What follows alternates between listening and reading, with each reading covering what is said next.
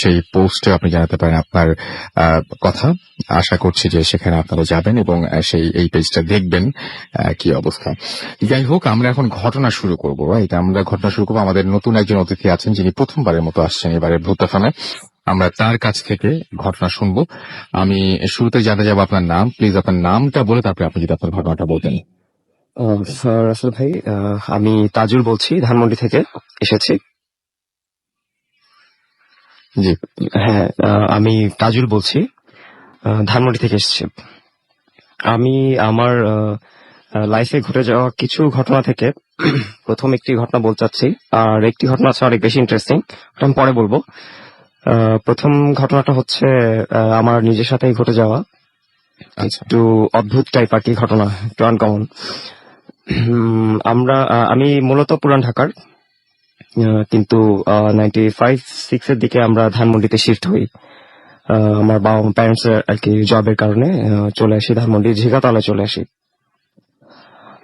তো ওইখানে বাসায় আর কি এমনিতে নর্মাল কোনো কিছু না, বাট আমার জ্বর হতো মাঝে মাঝে, প্রায় অনেক বেশি জ্বর হতো।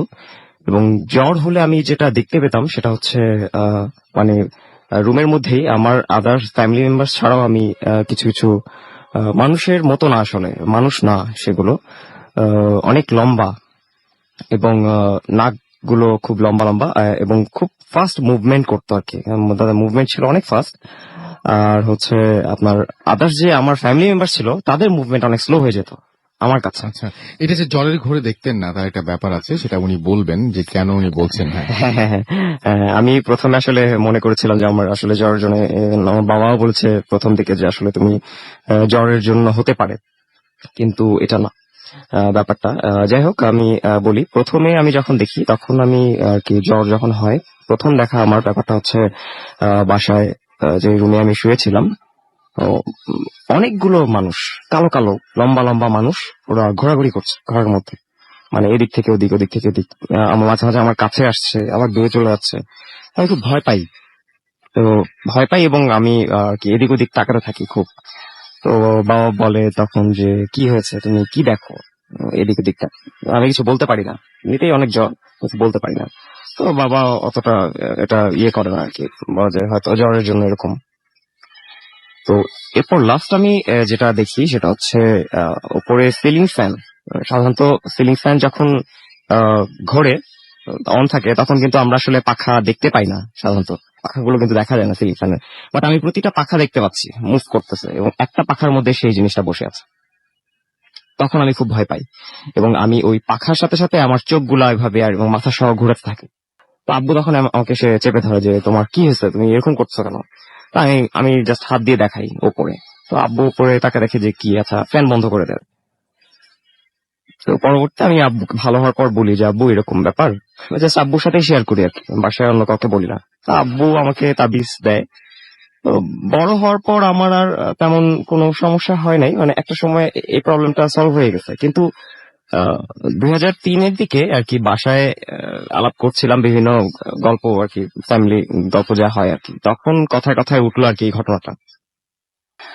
তো আমি বলি যে এরকম আমি দেখতাম। তো সবাই হাসাহাসি করছে, বাট আমার আম্মু কোনোভাবে শুনতে পারে আর কি কিচেন থেকে, এবং সে দৌড়ে আসে, দৌড়ে এসে বলে যে তুমি আবার বলো তো কি দেখলা তুমি? আমি বললাম যে আমি দেখতাম যে এরকম লম্বা লম্বা কিছু জিনিস মুভ করতো, মানুষের মতো না আসলে, বাট ওদের হাত পা আছে আমি বুঝতে পারতেছি, ছায়া ছায়া। এবং নাকটা মানে নোটিসেবল জিনিস ছিল, নাক খুব লম্বা নাক।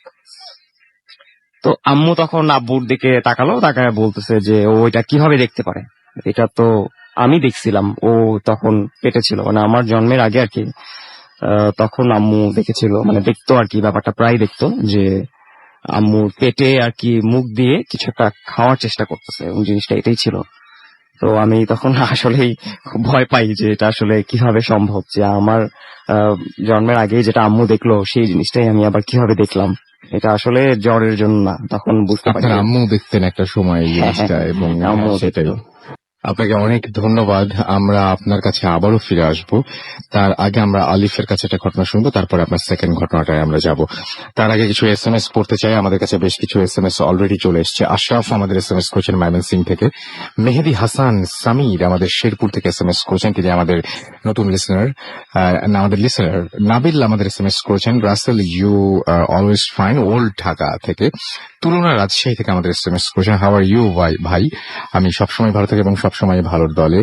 একা আমাদের এসএমএস করেছেন এবং তিনি লিখেছেন যে আই এম লিসনিং। আচ্ছা, তিনি ভূত এফএমের মধ্যে শুনছেন। সময় আমাদের উত্তরা থেকে এসএমএস করেছেন এবং ফার্স্ট স্টোরিটা তার কাছে অনেক ভালো লাগলো। লিখেছেন I love Bhoot FM and we love you too. আমাদেরকে সিদ্দিক খান লিখেছেন জুরাইন থেকে যে আই লাভ ভূত এফএম। জিহাদ আমাদের কেরানীগঞ্জ থেকে লিখেছেন রাসেল ভাই ভূত এফএম এর কি ছায়া থাকে? খুবই ভালো কোশ্চেন করেছেন, এটা দেখতে হবে। তবে এটা তো আমরা বুঝতে পারবো না। আমরা যদি ভূত এফএম হই তাহলে ছায়া তো আসলে সবসময় নিজের ছায়া নিজের দিকে, মানে নিজের ছায়ার দিকে আর কতজন তাকায়। তুষার আমাদের মিটফোর্ড থেকে এসএমএস করেছেন। হিয়া আমাদের টাঙ্গাইল থেকে এসএমএস করেছেন এবং তিনি অনেক প্রশংসা করেছেন ভূত এফএমের। এমডি আকাশ খান আমাদের এসএমএস করেছেন এবং এছাড়াও আমাদের শিহাব রাহাত মাইজদি নোয়াখালী থেকে এসএমএস করেছেন। আমাদের এসএমএস করেছেন মোনায়েম এবং শিনুক আমাদেরকে এসএমএস করেছেন। দেখতে পাচ্ছি সাগর সূত্রাপুর থেকে। শুভ রংপুর থেকে আমাদের এসএমএস করেছেন। সোহান লিখেছেন যে আই লাভ। আচ্ছা, তিনি ভূত এফএম অনেক পছন্দ করেন। কবি জিঞ্জিরা থেকে আমাদের এসএমএস করেছেন। পিয়াসা আমাদের এসএমএস করেছেন মুন্সিগঞ্জ থেকে এবং অনেক জ্বর নিয়ে তিনি ভূত এফএম শুনছেন সেটা জানিয়েছেন। পাপড়ি এবং ফুয়াদ ভূতের গলি থেকে আমাদের এসএমএস করেছেন এবং তিনি বলছেন ভালো কিছুর অপেক্ষায় অনেকক্ষণ এবং এখন তারা সেটা পেয়ে গেছেন সেটা জানিয়েছেন। আমাদেরকে এছাড়াও প্রদীপ এসএমএস করেছেন। ফার্স্ট স্টোরিটা অনেক কুল ছিল তাই জানিয়েছেন। আমাদেরকে এসএমএস করেছেন সিদ্দিক খান জুরাইন থেকে, লিখেছেন আই লাভ ভূত এফএম। এছাড়াও আমি দেখতে পাচ্ছি আমাদেরকে আরো অনেকেই এসএমএস করছেন। ফেসবুকে অলরেডি দেখছি অনেকেই আমাদের এখানে কমেন্ট করেছেন এবং এখনো পর্যন্ত কমেন্ট করে যাচ্ছেন। তো যারা এখনো পর্যন্ত কমেন্ট করতে পারেনি তাদেরকে বলি যে আমাদের ফেসবুকের অ্যাড্রেসটি হচ্ছে www.facebook.com/radio.ফুর্তি। সেখানে গিয়ে আপনি লাইক দিয়ে কমেন্ট করে ফেলতে পারেন। এছাড়াও আমাদের আরো একটা পেজ রয়েছে যেটা হচ্ছে www.facebook.com/bhutfm.russell। এখানে গিয়েও আপনি কিন্তু চাইলে কমেন্ট করতে পারেন এবং এখানে অলরেডি আমি দেখতে পাচ্ছি বেশ কিছু কমেন্ট রয়েছে। রায়হান লিখেছেন তিনি ভূত এফএম একজন নিয়মিত শ্রোতা। আমি এই পেজটা নিজে এখানে ঢুকি এবং এই পেজটা মেনটেন করি, সুতরাং আপনি এখানে এসে আপনার সমস্ত কথাগুলো জানাতে পারেন আমাদেরকে। এছাড়াও দেখতে পাচ্ছি লিখেছেন প্রসেনজিৎ দাশগুপ্ত শুভ্র এই পেজটাতে, যে আশা করি ভালো হওয়ার একটা শো হবে। আমাদেরকে এছাড়াও লিখেছেন মেহেদি হাসান সাগর লিখেছেন যে তার কাছে তার খুব ভয় লাগছে। আমাদেরকে এমডি মুস্তাক লিখেছেন ভালো হচ্ছে। আমাদেরকে এছাড়াও আধারে বাউল লিখেছেন ভূত এফএম রক্স। আমি দেখতে পাচ্ছি আমাদের ফুডকির যে ফ্যান পেজ রয়েছে সেখানেও অনেকে লিখছেন এবং আমি দেখতে পাচ্ছি যে লিখেছেন রাসেল ভাই ভূত এফএম এর একজন নিয়মিত শ্রোতা এবং এটা লিখেছেন হচ্ছে রায়হান হোসেন। একই কমেন্ট দুই জায়গায় আমি চাই এবং আমি চাই যে যদি পেজে যান তাহলে রেডিও ফুর্তির পেজ এবং আমার যে পেজটা হচ্ছে দুইটা পেজেই একই জিনিস বা একই ভাবে জানাবেন, তাহলে আমরা দুইটা দেখতেই সুবিধা হবে। আমি দুটাই চেক করব এবং দুটাতেই আমি আছি, সুতরাং আমি রিপ্লাই গুলো যদি কোনো রিপ্লাই দরকার হয় সেটা আমার কাছ থেকে ইনশাল্লাহ পাবেন এবং এই পোস্ট গুলো আমরাই দেই। সো আপনার আর কনফিউজড হওয়ার কোনো দরকার নাই। আপনি দুটা পেজে এখন একদম পুরোপুরি মানে কি বলবো যে স্থির থাকতে পারেন। একটা হচ্ছে www.facebook.com/radio.ফুর্তি আর একটা হচ্ছে আমি একটু আগেও বললাম, আরো একবার বলি www.facebook.com/bhutfm.russell। লাইক দিয়ে কমেন্ট করুন। পেজটা নতুন যেহেতু আপনাদের লাইক দিয়ে তারপরে কমেন্ট করাটা বেটার হবে। আমি চলে যাই আলিফের কাছে। আলিফ, আপনার ঘটনা শুনি। আপনার ঘটনাটা কোথায় ঘটেছিল এবং আপনি গতদিন এসেছিলেন যখন, তখন আপনি বলেছিলেন যে একটা ঘটনা বাকি আছে, সেই ঘটনাটা গায়ে মানে গা শিরশির করার মতো, সেই ঘটনাটা আমরা শুনি একটু। আসসালামু আলাইকুম লিসেনার্স। রাসেল ভাই, শুরু করার আগে ছোট্ট করে একটি কথা বলতে চাচ্ছি। সেটা হচ্ছে যে গত সপ্তাহে যখন এসেছিলাম তখন আপনাকে বলেছিলাম যে আমি একজনকে নিয়ে আসব, যার কথা আপনাকে বলেছিলাম যে সে ডিরেক্টলি সামনে কিছু abnormal কিছু নিয়ে আসতে পারে। তো তার সাথে আমি গতকালকে কথা বলি যে উনি কি রাজি কিনা এখানে আসবার জন্য। তো মোটামুটি তাকে আমি রাজি করিয়েছি। তো উনি যখন চলে যায়, ছোট করে বলি, উনি যখন চলে যায় আমি বাসার দিকে হাঁটছিলাম।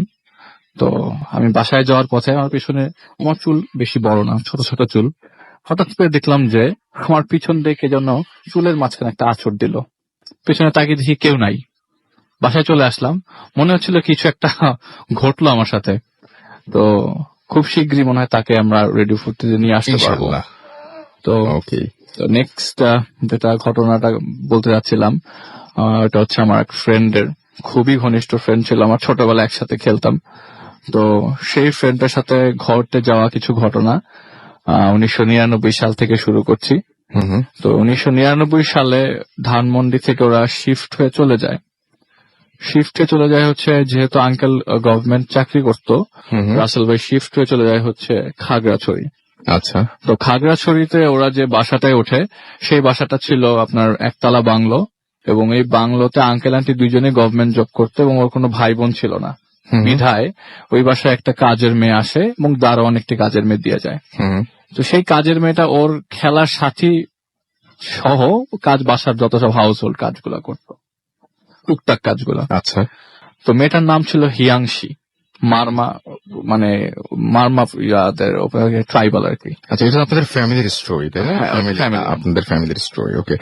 এবং আপনি বলছিলেন যে যার ঘটনা বলছেন তিনি এখনো জীবিত, মানে মানে যার কাছ থেকে ঘটনাটা আপনি শুনেছেন, যাদের ফ্যামিলি ঘটনা, তাদের মধ্যে এখনো একজন মেম্বার বেঁচে আছেন, এবং আপনি আমি তার কাছ থেকে এই ঘটনাটা পাচ্ছি। মানে এটার জন্য আমাকে অনেক স্ট্রাগল করতে হয়েছে, অনেকবার জিজ্ঞেস করতে হয়েছে তাকে। তো ওই দিন আপনার মানে যাওয়ার পরে যখন মেয়েটিও বাসায় জয়েন করে, তো প্রায় কাজকর্ম এবং বিভিন্ন রকমের মানে ওর বাসায় থাকতো, ওর সাথে কথাবার্তা বলতো, খেলতো। তো রাত্রেবেলা চলে যেত মেয়েটা। 2-3 মাস পর খাগড়াছড়িতে হঠাৎ করে, যেহেতু আমি যার কাছ থেকে পাচ্ছি, তো সে ডিরেক্টলি বললো যে ঘুমের মধ্যে আমার যে ফ্রেন্ড সাদিয়া হঠাৎ করে কেঁপে উঠে ডাকাডাকি চিল্লাচিল্লি বাসার সবাইকে এক করে ফেললো, এবং কাছে যাওয়ার পর জিজ্ঞেস করলো কি হয়েছে। বলল যে আম্মু, আমার ওই যে একটু আগে না হিয়াংশি আমার রুমের জানালাটা দিয়ে নক করে আমাকে জাগানোর পরে আমাকে অনেকবার জোরাজুরি করলো, কি বলে আমাকে রামবাড়িতে নিয়ে যাব, ওখানে নাকি অনেক খাবার আছে। হিয়াংশি খুব ভালো, মানে গরিবের সন্তান মেয়ে, তো ওর মা বলতেছে তুই এগুলি উল্টাপাল্টা কি বলতেছিস, জানালা টালানা লাগানো এখানে, কে ডাকবে তোকে? বলে না মা, আমাকে এতক্ষণ ডেকে অনেকক্ষণ জোরাজুরি করার পরে আমি গেলাম, এবং এই অন্ধকারের মধ্যে আম্মু হঠাৎ করে এই উঁচু নিচু জায়গার মধ্যে আমি গিয়ে দেখি অনেকগুলো মানুষ, অনেক খাবার, সবাই খাচ্ছে কিন্তু কোনো খাবার শেষ হচ্ছে না। আমি না ওখানে আর কিছু মনে নাই। এরপরে আমি উঠে দেখি মা, আমি না খাটের উপরেই। তো মানে আন্টি বলল যে তুই মা স্বপ্ন দেখছিস রে, তুই ঘুমাই যা। এরপরে রাসেল ভাই ঠিক পরের দিনই ওই মেয়েটা ওই পরের দিন আসে নাই। তো আসার পরে না আসার কারণে যা দারোয়ানকে জিজ্ঞেস করে যে কি ব্যাপার, কি হয়েছে, বলে যে খালাম্মা ও তো অসুস্থ। তো খালাম্মা ও তো অসুস্থ। তো বিকালবেলা আন্টি হাঁটতে যাওয়ার পরে ওর বাসার দিকে যায়, গিয়ে দেখে যে আসলে মেয়েটা শয্যাশায়ী এবং অসুস্থ অবস্থায় বিছানায় পড়া। তোর বাবা মাকে কিছু টাকা পয়সা দিয়ে আন্টি চলে আসে। ঠিক পরের দিনই মেয়েটা আবার কাজ করতে আসে। তো আন্টি জিনিসটাকে নর্মালি ভাবে নেয়। আন্টি নিজে দেখে মেয়েটা কাজ করতেছে, সারাক্ষণ কাজকর্ম করে চলে যায় রাতের বেলা। তো ওই দিন রাতে ঠিক একই ভাবে সাদিয়া আপনার চিল্লাচিল্লি করে সবাইকে জাগিয়ে তুলে জিজ্ঞেস করতে থাকে যে আম্মু আবারও না ও আসছে। কিন্তু ওই দিন বলে যে আমি ওর সাথে যাই নাই, ও না তোমাদের উঠার সাউন্ড শুনে পালায় যায়। তো আঙ্কেল পিছনে গিয়ে দেখে সত্যি সত্যি পেছনে একটা দরজা খোলা। পরের দিন সকালবেলা দারোয়ানকে জিজ্ঞেস করে আচ্ছা কি হয়েছে, ও এরকম প্রতিদিন রাত্রেবেলা ওকে ডাকে কেন? যেহেতু আগের দিন রাতে দরজাটা খোলা পেলো, তো ভাবলো যে হয়তো সত্যি আসতেও পারে। দারোয়ান বলে আম্মা, খালাম্মা, ও আসবে কোথা থেকে, ও তো অসুস্থ। তো পরে দারোয়ান নিজেও জানতো না বিষয়টা। পরের দিন দারোয়ান জানে খালাম্মা ও তো মানে ওই মেয়েটা মানে অসুস্থ থাকার কারণে মারা যাওয়ার খবরটা পরের দিন দেয় যে আপনি যেদিন ওদের বাসায় গেলেন না বিকালবেলা, ওই দিন রাতেই মেয়েটা মারা যায়। তো আন্টি জিনিসটাকে খুব বেশি মানে জিনিসটাকে নরমালি নেয়। তো পরের দিন কাজ করলো কিভাবে, আপনার ওই মুহূর্তে আন্টি বললো যে ঠিক আছে, এরকম তো থাকা যাবে না। প্লাস ওই সাদিয়াও জিনিসটাকে একটু ডিফারেন্ট ভাবে জিনিসটাকে বলতেছে যে থাকা যাবে না, তো ওরা ঢাকায় চলে আসে।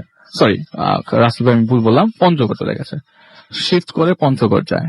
পঞ্চগড় যাওয়ার পরে তিনতলা বাড়িতে আন্টি কিছু স্টুডেন্ট পড়াতো তো আপনার চারজন স্টুডেন্ট পড়াতো, এবং ওর এই মুভমেন্টের কারণে এইসব ডিফারেন্ট আপনার মুভমেন্টের কারণে হঠাৎ করে রাত্রেবেলা চিল্লে উঠছে। এইসবের কারণে আন্টি বললো যে না, আমার মেয়েকে আমার নিজেকে সময় দিতে হবে, আমি আর গভর্নমেন্ট জবটা করব না। উনি আর না করে আপনার বাসায় কিছু স্টুডেন্ট Full পড়াতো, time, ফুল মানে মানে full সারাক্ষণ time ওর বাসায় সাথেই থাকতো। থাকছে, যে ওকেই সময় দিচ্ছে। তো চারজন স্টুডেন্ট পড়াতো এবং ওর সাথে আপনার সাদিয়া পড়তো। মাঝে মাঝে ওদের সাথে সাদিয়াও বসে পড়তো পড়াশোনার জন্য। হঠাৎ করে একদিন আন্টি সবাইকে মানে টাস্ক দিয়ে রান্না করতে চলে যায়, ওনার ভাষা মতো আমি রান্না করতে চলে যাই, এবং হঠাৎ করে আমাকে সাদিয়া জিজ্ঞেস করে, আম্মু মানে তুমি কি আরেকজন স্টুডেন্ট পড়াচ্ছ কিনা? ও যেটা দেখলো বলে যে একটা মেয়ে আসছে, মেয়ে এসে মানে শীতকাল রাসেল ভাই, ওই দিন সবাই মনে করেন সোয়েটার বা চাদর গায়ে দিয়ে আসছে, ওই মেয়েটাও চাদর গায়ে দিয়ে অবস্থায় আসা। এটা 2000 সালের ঘটনা। চাদর দিয়ে এসে হঠাৎ করে রুমে ঢুকলো এবং ঢুকে ওদের সাথেই পড়তে বসলো। পড়ার মাঝখানে হঠাৎ করে 10 মিনিটের গ্যাপে মেয়েটা চলে যায়। তো জিজ্ঞেস করতে থাকে যে আম্মু তুমি কি আরেকটা স্টুডেন্ট পড়াচ্ছ নাকি? তখন আন্টি বলে যে না, কইতো তোমরা তো চারজন পড়ো, আমি তার স্টুডেন্ট পড়াই না। জিনিসটা আন্টির কাছে খুব মানে হতভম্ব হয়ে যায় আন্টি ওর কথাটা শুনে। ঠিক ওই দিন রাতের ঘটনা। ওই দিন রাতে ও আবার রাত্রেবেলা চিল্লিয়ে ওঠে এবং সবাই মানে আন্টি আঙ্কেল দুইজনে রুমে যায় এবং রুমে গিয়ে দেখে যে ও কাঁপছে এবং কাঁপাকাঁপি করে বলছে যে আম্মু এই জানালা দিয়ে একজন আসলো, এবং এটা হচ্ছে সেই মেয়েটা যে মেয়েটা আজকে ওদের বাসায় আসছিল এবং বলছে যে তুমি কি রামবাড়ি যাবা নাকি, ওখানে অনেক খাবার আছে। এইটা হচ্ছে দ্বিতীয় সাইন। এরপর থেকে আন্টি দেখলো যে না, আমার মেয়েটার অবস্থা বেশি ভালো না, এবং রাসেল ভাই মুভমেন্ট গুলো এরকম যে ও হঠাৎ করে কিছু লেখালেখি শুরু করছে, দেয়ালে আঁকাআঁকি শুরু করছে, কিছু পেলেই হাতের সামনে কিছু পেলেই লেখালেখি স্টার্ট করে দেয়, দেয়ালে লেখালেখি করছে এবং লেখছে একটা নামে হিয়াংশি, অন্য কিছু লেখছে না, কোনো ডায়ালগ লেখছে না, কোনো কিছু না, খালি হিয়াংশি লিখছে লেখছে। মনে করেন আন্টি কারো বাসায় যাচ্ছে, লিপস্টিক ব্যাগের থেকে লিপস্টিক বের করে নিয়ে হিয়াংশি লেখে রাখছে, লিপস্টিক দিয়ে হিয়াংশি লেখা হাতের মধ্যে লেখছে। তো আস্তে আস্তে রাসেল ভাই ওদের মুভমেন্ট প্রতিটা আত্মীয়র বাসায় কমে যায়, মানে প্রতিটা আত্মীয়র বাসায় ওর এই ওদের মুভমেন্টটা কমে যায়, কারণ হঠাৎ ও একটু অ্যাবনর্মাল অ্যাটিটিউড শুরু করে। এবং হিয়াংশি বলেই রাত্রেবেলা মাঝে মধ্যে ঘুম ভেঙে মানে সবাইকে জড়ো করতো হিয়াংশি বলে। তো এই রোগটা ওর কাছে তৃতীয়বারের মতো ধরা পড়ে যখন ওরা লালমনিরহাটে শিফট হয়, আবার জায়গা চেঞ্জ করলো এবং ওরা মোটামুটি ফেড আপ যে এই একটা কারণে আমি বারবার জায়গা চেঞ্জ করছি। লালমনিরহাটে যখন জায়গা চেঞ্জ করলো, তো ওইখানে যাওয়ার পরে আবার ওইখানে একতলা বাড়ি, এবং ওইখানে আপনার ওর মধ্যে যে রাসেল ভাই বলেছি যে কিছুক্ষণ পর পর হয় ভালো হচ্ছে, কেউ খারাপ হচ্ছে, আবার দেখা যায় 7 দিন ঠিক আছে, আবার 2 দিন ঠিক নাই, 2 দিন উল্টাপাল্টা কাজ করছে, সেই লেখালেখি করছে, দেয়ালের মধ্যে উল্টাপাল্টা আঁকছে। তো হঠাৎ একদিন শুক্রবার ছিল এবং আঙ্কেল জুম্মার নামাজ পড়তে যায়, 2001 সালের ঘটনা রাসেল ভাই। আঙ্কেল জুম্মার নামাজ পড়তে যায় এবং দুপুরবেলা ওই সময় ও পড়াশোনা করছিল। তো ওই বাসার যে কাজের বুয়া ছিল, কাজের বুয়ার একটা ছেলে ছিল, ছোট ছেলে, 3 বছরের একটা বাচ্চা, হঠাৎ করে কান্না করতে করতে আন্টির কাছে রান্নাঘরে আসে। আন্টি যেভাবে দেখলেন যে রান্নাঘরে এসে বলে যে আম্মু আমাকে ওই আপা মারছে কি হয়ে, কানটা কেটে গেছে। তো তুই ওকে মারছিস কেন জিজ্ঞেস করতে যখন যায়, তখন বলে আম্মু ও আমার কানের মধ্যে এসে ফিস করে বলে তুমি কি রামবাড়ি যাবা, ওইখানে একই ঘটনা আবার, তুমি কি রামবাড়ি যাবা, ওখানে অনেক খাবার আছে। জিনিসটা মানে রাসেল 3 বছরের বাচ্চা সম্ভব না। এত সুন্দর করে গুছিয়ে, প্রথম কথা তো জানারই কথা না, দ্বিতীয় কথা হচ্ছে যে আপনি 3 বছর একটা বাচ্চা কেন এরকম ধরনের আর ওখানে কোনো রামবাড়ি বলতে কিছুই নাই, রাইট, খাগড়াছড়িতে এরকম কিছুই নাই রামবাড়ি বলতে। তাহলে এটা কোথা থেকে আসলো? আন্টি জিনিসটাকে আবারও বেগতিক মনে হচ্ছে যে না, ওর মেয়ের অবস্থা খুবই খারাপ। ঢাকায় এসে একজন সাইকিয়াট্রিস্ট দেখায়, এবং সাইকিয়াট্রিস্ট দেখানোর পরে অফেয়ারে শুনেছি খুবই জনপ্রিয়, মানে খুবই নাম করা একজন সাইকিয়াট্রিস্ট দেখানোর পরে, এবং তার কাছে সেই রেকর্ডটা আছে রাসেল ভাই।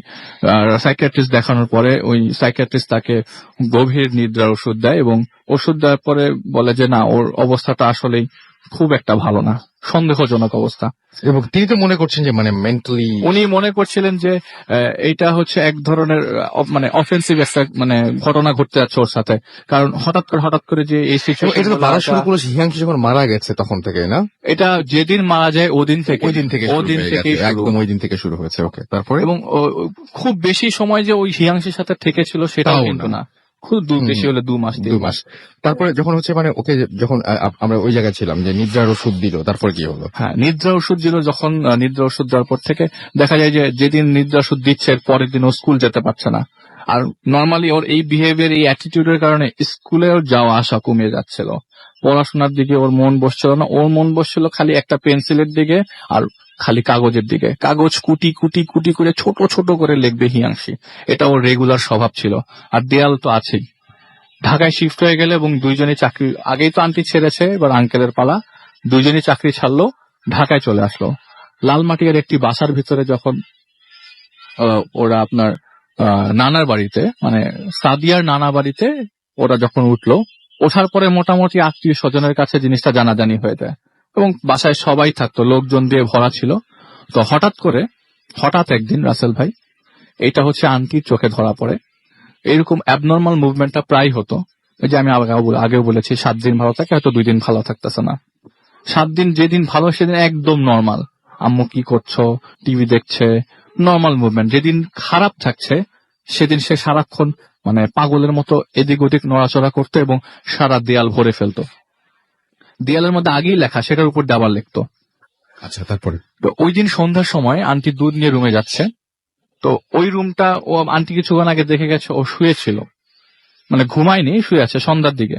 তো অন্য রুমের লাইট পড়ছে, ওই রুমের লাইট অফ ছিল। আন্টি হঠাৎ করে রুমে দেখে, মানে ঢুকতেই পড়লো যে ও একজনের সাথে কথা বলছে, খাটো একজন মেয়ের সাথে কথা বলছে। মেয়ে, চুল আছে মেয়ে। হঠাৎ করে লাইট জ্বালো, কিন্তু আর কাউকে দেখতে পেলো না, ইনস্ট্যান্ট ভ্যানিশ হয়ে গেল। এবং ওর মাকে দেখে ওর চোখ বড় বড়, হঠাৎ করে দৌড়ে গিয়ে জাপটে দিল, মা তোর কি হয়েছে? তখন ও আঙ্গুল দিয়ে দেয়ালের দিকে যেখানে পয়েন্ট করলো সেখানে বিশাল বড় করে লেখা হিয়াংশি। কিন্তু এই লেখাটা রাসেল ভাই একটা মানে কালো রং দিয়ে লেখা, ওই রংটা ওখানে ছিল না এবং কেউ যদি ওই রংটা নিয়ে আসতো দেখতে পেত। তো এরপরে ঠিক এটা এপ্রিল মাসের ঘটনা, এপ্রিল মাসের 12 তারিখে। এরপর থেকে রাসেল ভাই মানে ওই কয়েকদিনের মধ্যে ওর আরো অ্যাটিটিউড চেঞ্জ হয়ে গেল, যে দেখা যায় যে হাতের মধ্যে লিখছে এবং হাতের মধ্যে কিছু শার্প কাটিং ইনস্ট্রুমেন্ট ইউজ করছে, ব্লাড বের করছে, ব্লাড দিয়ে লিখছে। এরকম হতে লাস্ট মোমেন্টে যখন পাচ্ছে না তখন আপনার নিয়ে গেল হচ্ছে ইন্ডিয়া থেকে বাংলাদেশে ব্যাক করবার পরে, এটা হচ্ছে জুন মাসের 27 মেবি, ওই মাসে আপনার রাতের বেলা রাত 3টার দিকে ঘুম থেকে উঠে একটা চিৎকার পায় এবং রুমে যাওয়ার পরে দেখে যে ওর হাত থেকে মানে হাতের রক্ত কাটা এবং যে রক্তগুলা বের হচ্ছে সে রক্ত দিয়ে লেখা হিয়াংশি। এটা ওনার মাই বলেছেন, ওটার মাই বলেছে। খুব অস্বাভাবিক, কিন্তু ওনার মা এটাও বলেছেন যে হিয়াংশি লেখা রক্ত দিয়ে, হিয়াংশি দেখা মানে রক্তের যে মানে রক্ত যে পড়েছে গড়িয়ে গড়িয়ে, এটা যদি কেউ হাত দিয়ে টেনে লিখতো এটা বোঝা যেত, মানে একদম সুন্দর করে, মানে পরিষ্কার না কিন্তু লেখা। মারা যায় তারপরে, মেয়েটা সুইসাইড করে এবং আপনার এরপর তো আপনাকে বললাম 2009-এ ওর বাবা মারা যায়, মানে আঙ্কেল নিজে মারা যান, উনিও হার্ট অ্যাটাক করে মারা যান। এখন স্টিল ওই পরিবারে খালি আন্টি একা বেঁচে আছেন এবং তার কাছ থেকে রাসেল ভাই আপনি বুঝতে পারছেন আমার কত কষ্ট হয়েছে। ব্যাপারটা খুবই দুঃখজনক, ব্যাপারটা খুবই কষ্টজনক এবং ব্যাপারটা মানে এরকম ব্যাপার আসলে যাদের সাথে ঘটে তারাই শুধু বুঝতে পারে। থ্যাংক ইউ আলিফ। আমাদের ইমিডিয়েটলি একটা ব্রেক নিতে হবে এবং ব্রেকের পরে আমরা আবারও ফিরে আসবো আপনার কাছে। ইন দ্য মিন টাইম আপনারা যারা SMS করছেন তাদেরকে বলি, মোবাইলের মেসেজ অপশনে গিয়ে টাইপ করুন ফুর্তি, FORTI ফুর্তি, স্পেস দিয়ে লিখুন আপনার নাম, স্পেস দিয়ে আপনার মেসেজ পাঠিয়ে দিন 9840 নাম্বার। যারা আমাদের ইমেল করতে চান তারা চলে যান bhutfm@radiofuርቲ.fm এই অ্যাড্রেসে এবং সেখানে গিয়ে ইমেল করুন, মানে অর্থাৎ এই অ্যাড্রেসটা মাথায় রাখুন এবং ইমেল পাঠাতে আপনার এটা খুব হেল্প করবে, মানে এটাই আমাদের অ্যাড্রেস। আর যারা আমাদের ফেসবুকে কমিউনিকেট করতে চান তারা চলে যান www.facebook.com/radio.furti। এছাড়াও আপনি যেতে পারেন www.facebook.com/bhutfm.russell। এই দুটাতে আপনারা যে ইচ্ছা করলে কমেন্ট করতে পারেন এবং আপনাদের অনুভূতি কথা জানাতে পারেন, লাইক দিতে পারেন, কমেন্ট করতে পারেন। চলে আছে একটা বিজ্ঞাপন বিরতিতে, ফিরে আসছি একটু পরে। স্টে টিউনড রেডিও ফুর্তি এন্ড ডোন্ট স্টপ দ্য ফুর্তি। Bhoot FM, the night comes alive with Ramin Force.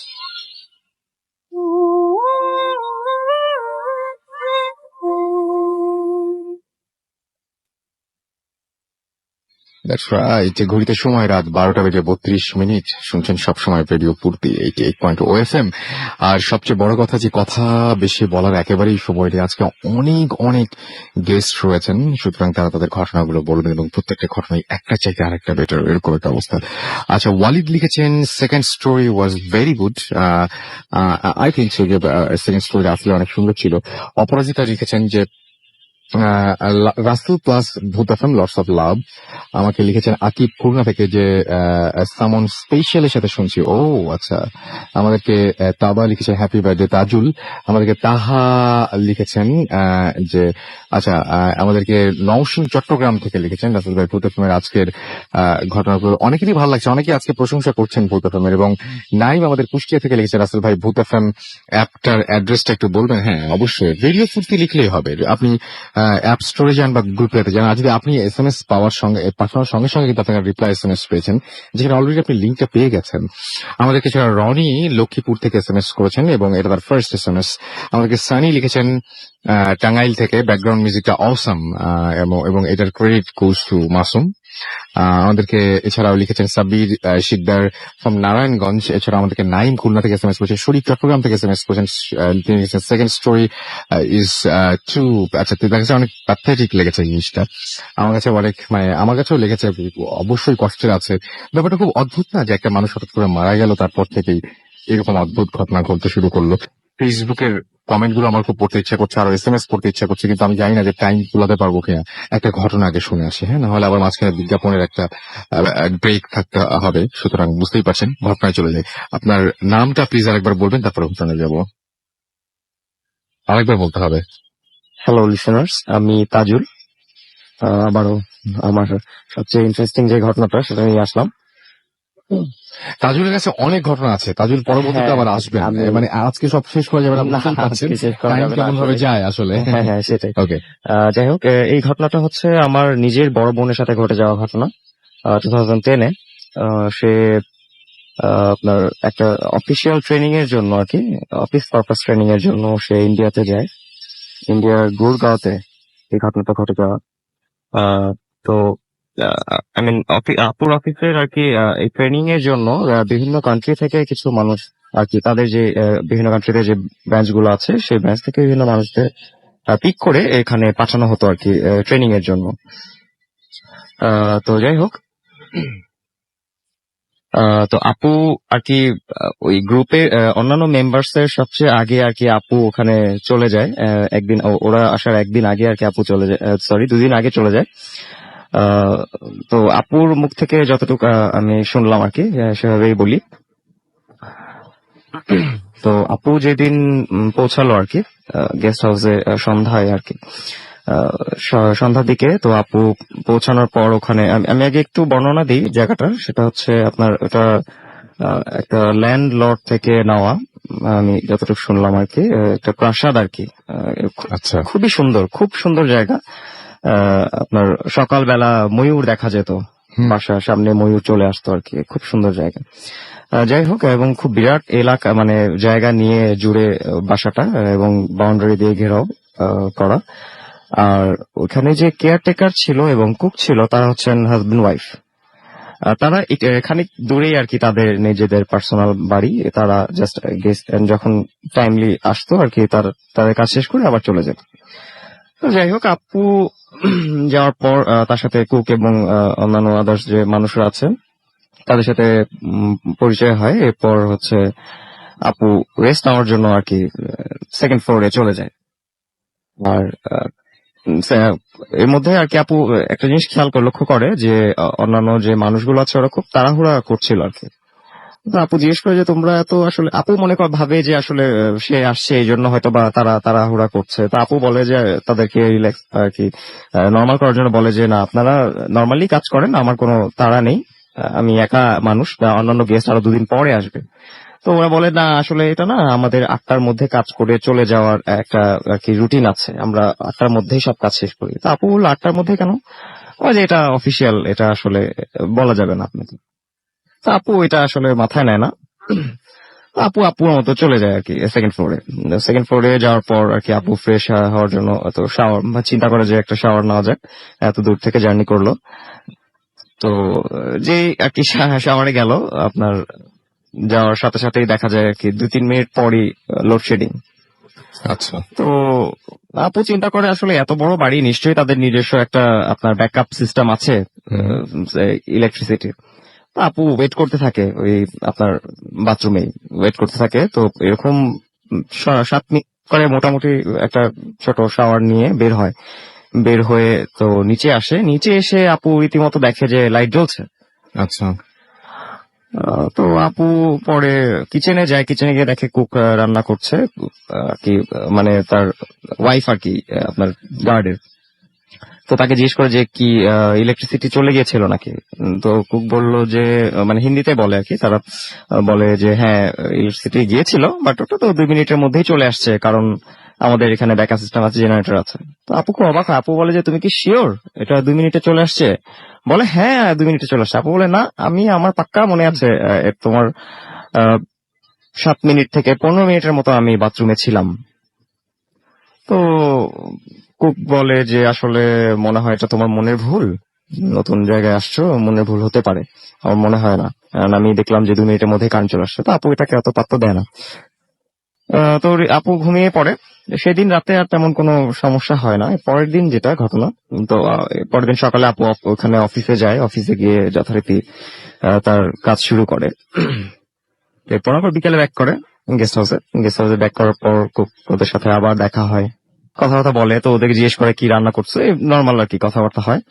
তো যাই হোক, তো আপু ফ্রেশ ট্রেশ হয়ে আবার আপনার সন্ধ্যার দিকে নিচে নামে। ড্রয়িং রুমে ট্রেডমিল ছিল, আপু ট্রেডমিলে আর কি আপনার ব্যায়াম করছিল। তো ওই সময় আপু শুনতে পায় যে রান্না করছে আর কি, রান্নাঘরে কিচেনে আর কি আপনার রান্না করার মতো সাউন্ড আসছে, আপনার চুলা জ্বালানো অথবা হাড়ি পাতিল নাড়ার মতো সাউন্ড আসছে। আচ্ছা। তা আপু ভাবছে যে রান্না চলতেছে। তো আপু ওইখান থেকে জিজ্ঞেস করে, দেখতে পাচ্ছে না, আর জিজ্ঞেস করে যে জোরে কথা বলে যে তুমি কি রান্না করবে আজকে মেনু কি। তো অনেক কথাই বলে কিন্তু কোনো রিপ্লাই আসে না। তারপর একটু সন্দেহ হয় যে কি ব্যাপার, রিপ্লাই দিচ্ছে না কেন, সমস্যা নাকি। তো আপু এক সময় নেমে দেখার চেষ্টা করে যে কিচেনে গিয়ে যে কি আসলে সমস্যা কি। তো কিচেনে যাওয়ার ঠিক আগ মুহূর্তেই আর কি কলিং বেল আসে। কলিং বেল, সে বেল শুনতে পায় এবং দরজার কাছে যায়। দরজাটা হচ্ছে 2টা পার্টের দরজা, বাইরের দিকে হচ্ছে গ্লাস এবং ভেতরের যে দরজাটা ওটা হচ্ছে আপনার নেটের। আচ্ছা। তো আপু পর্দা সরায় বাইরে যেটা দেখতে পায় সেটা হচ্ছে বাইরে কুক দাঁড়িয়ে আছে। আচ্ছা। তো রান্নাঘরে কে? আপু খুব ভয় পায়। তো তাড়াতাড়ি দরজা খুলে বলে যে তুমি কি মাত্র আসলা? কুককে জিজ্ঞেস করে। বলে হ্যাঁ ম্যাম সাহেব, আমি তো মাত্র আসলাম।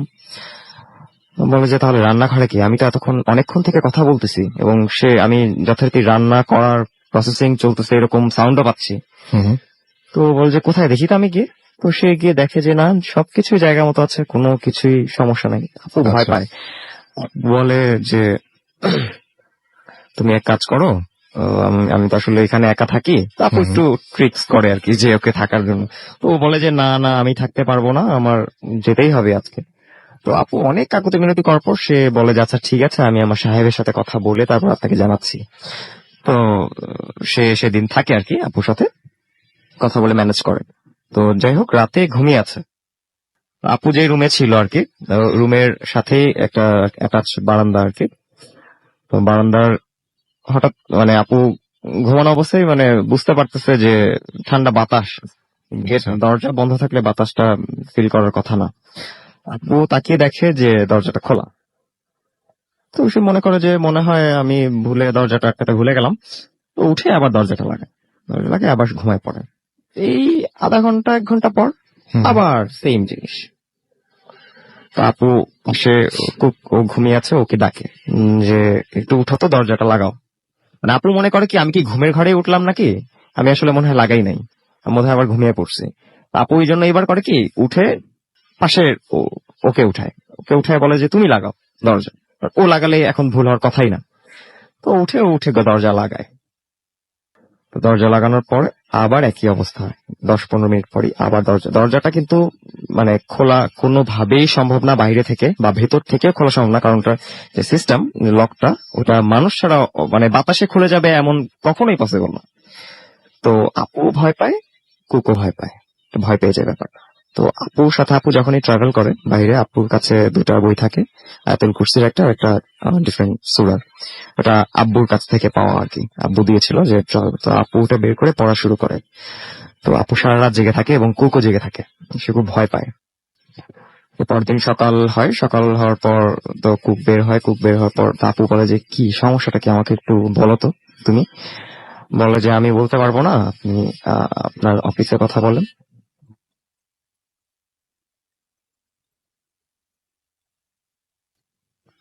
ব্যাপারটা আসলে আপু কি ছিল? অফিসে যায় পরের দিন, সেদিন সকালে অফিসে যায়, অফিসে গিয়ে কমপ্লেন করে যে আমি প্রবলেম হচ্ছে আমার বাসায়। তো ওরা বলে যে এরকম তো সমস্যা হওয়ার কথা না। তো যাই হোক, অফিসে আপুর মানে ঢাকারই একজন কলিগের সাথে আপুর দেখা হয়, সে আসে পরের দিন। অন্যান্য যে এর পরের দিন আসার কথা ছিল মানুষগুলো একজন একজন করে আসে আর কি। তো সে ওই লোকটা আর কি এর আগেও একবার এখানে এসেছিল। তো সে বলে যে তুমি ওইখানে উঠছো কেন, আমাকেও তো ওখানে উঠতে বলছিল, বাট আমি ওটা চেঞ্জ করে অন্য গেস্ট হাউসে আমি অ্যাপয়েন্ট করি। তো আপু বলে কেন, বলে যে আমি এর আগে আসছিলাম, আমার সাথে যেটা ঘটলো সেটা হচ্ছে আমি তুমি আপুকে আগে জিজ্ঞেস করে যে তুমি কোন রুমে আচ্ছা এখন। আপু বলে যে আমি ওই রুমেই ছিলাম, এবং তুমি কি নোটিস করছো যে প্রতিদিন রাতে দরজা খুলে যায়। আপু তখন বলে যে হ্যাঁ, আমার সাথে তো এটাই হলো। বলে যে তোমার তো আর তো কোনো সমস্যা হয় নাই। বলে না, আমার আর কোনো সমস্যা হয়নি, আমি আসছি 2 দিন হয়েছে। বলে ফাইন, তোমার সাথে তাহলে কিছুই হয় নাই। আমার সাথে হয়েছে যেটা, আমি তো প্রথম 2 দিন এরকম হতো, দরজা খুলে যেত। থার্ড ডে থেকে আমার সাথে যেটা হলো সেটা হচ্ছে আমি হঠাৎ ঘুম ভাঙলো, আমি দেখি ওই সামনে যে গার্ডেন, আমি গার্ডেনে শুয়ে আছি। Oh my God. ঠিক আছে, তো রীতিমতো, আর তখন উইন্টার ছিল, ফ্রিজিং অবস্থা আর কি। তো সে তো ভয় পায় যে কি অবস্থা, আমি গার্ডেন আসলাম কিভাবে। সে আবার আর কি দৌড় লাগায়, বাসায় রুমে গিয়ে একদম ভালো করে লকটক করে সে ঘুম দেয়। আবার তার ঘুম ভাঙে, শীত বাইরে, স্বাভাবিক ব্যাপার, ঘুম ভাঙবেই মানুষের। সে আবার টাকা দেখে সে আবার গার্ডেনে। তো সে রাতে আর ঘুমায় না, সে সেটা চেঞ্জ করার পর তো যাই হোক, পরে আপুরা সবাই কমপ্লেন করে, এবং একজন চাইনিজ এক মেয়ে ছিল এরপর ওইখানে, তার আরো বেশি সমস্যা হয়েছিল আর কি, খুবই চাইনিজদের সমস্যা হবেই। খুব মানে সে খুবই ডিস্টার্ব ফিল করে। তো সবাই এসে পরে ঢাকায় এটা কমপ্লেন করে, তো তারা ইনভেস্টিগেট করে এবং ওইখানে প্যারানর্মাল এক্সপার্টরাও যায় এবং তারা রিপোর্ট করে যে বাড়িটা আসলে হন্টেড। পরবর্তীতে কেন হন্টে এরকম কি জানা গেছিল? না, এটা আসলে তারা ওরা মনে হয় অফিসিয়াল তো disclose আসলে করেনি। তারা আর এটা নিয়ে Disclose মাথা করেনি। ঘামায় নাই। তারা যেটা Right. করলো সেটা করলো হচ্ছে তাই সে বাড়িটা তারা বিক্রি করে দিল, আচ্ছা। এবং তারা বাড়ির যে আসবাবপত্রগুলো ছিল সেগুলোও সেল করে নাই, সেখানেই পুড়িয়ে ফেলছে। ইচ এন্ড এভরি আপনার যে যে ইকুইপমেন্ট যা ছিল সব নষ্ট করে ফেলছে, কাউকে দেয় না, Destroy করেছে সব। ডিস্ট্রয় করে দিল। হ্যাঁ, এটাই হচ্ছে আর কি। মাসুম ভাই, লেটস গো টু কি জানো, গুরগাঁও না? গুরগাঁও। হ্যাঁ, গুরগাঁওয়ে যেতে হবে আমাদের, গুরগাঁওয়ে যেতে হবে এবং গুরগাঁওয়ে যে আমাদের এই ঘটনা কালেক্ট করতে হবে ওখান থেকে, এবং এই বাসা থেকে আমরা যদি শো করতে পারি না পারি তাহলে আর কিসের ভূত ফিল্ম, কিসের কি, আমরা একটা করে ফেলবো ইনশাল্লাহ। আমরা কিন্তু এরকম প্ল্যানও করেছি যে বিভিন্ন জায়গা থেকে করবো, এরকম আমাদের আশাই আছে যে বিভিন্ন জায়গা থেকে ভূত ফিল্ম করবো, আপনারা নিশ্চয়ই সেটা জানেন। তো সেই অনুযায়ী আপনারাও তৈরি থাকুন, আপনারাও প্রস্তুত থাকুন। এবং আজকে যে সমস্ত অতিথিরা এসেছেন তারা অনেকে, এবং তাদের প্রত্যেকের ঘটনাগুলো খুবই ভালো, সুতরাং আপনাদের একটু সময় নিতে হবে, একটু সময় নিয়ে শুনতে হবে মনোযোগ দিয়ে। আচ্ছা, তিনি পারভেজ আহমেদ আমাদের ফেসবুকে আমার ফ্যান পেজটাতে লিখেছেন যে দেখতে পাই না শুনতে পাই ভূত ফিল্ম। আব্দুল্লাহ আল মামুন লিখেছেন যে স্টোরিগুলো দারুণ, এবং তবে তার কাছে ভয় লাগছে না। আমাদেরকে এছাড়াও লিখেছেন রাসেল ভাই, ভূত এফএম রক্স লিখেছেন কৌরব সাহা। এছাড়াও জেডি হুসাইন লিখেছেন যে ক্যান এনিওয়ান হেল্প মি। কি ব্যাপারে হেল্প চাচ্ছেন সেটা না জেনে কিভাবে হেল্প করবে আমাদেরকে। এছাড়াও আরো অনেকে এখানে কমেন্ট করছেন দেখতে পাচ্ছি। আমাদের ফেসবুক ফ্যান পেজ রেডিও ফুর্তি সেখানে লিখেছেন যে এটা কি রিয়েল পেজ ভাইয়া, লিখেছেন হিমুর স্বপ্ন। ভাই, আমি জানি না যে আপনার এই নামটা অরিজিনাল নাম কিনা, বাট এই পেজটা 100% অরিজিনাল ভাই। আমাদেরকে শাকওয়াত শরীফ ময়মনসিং থেকে এখানে কমেন্ট করেছেন এবং তিনি বলছেন যে আজকে দেখা যাচ্ছে তেমন একটা ভয় লাগছে না যদিও।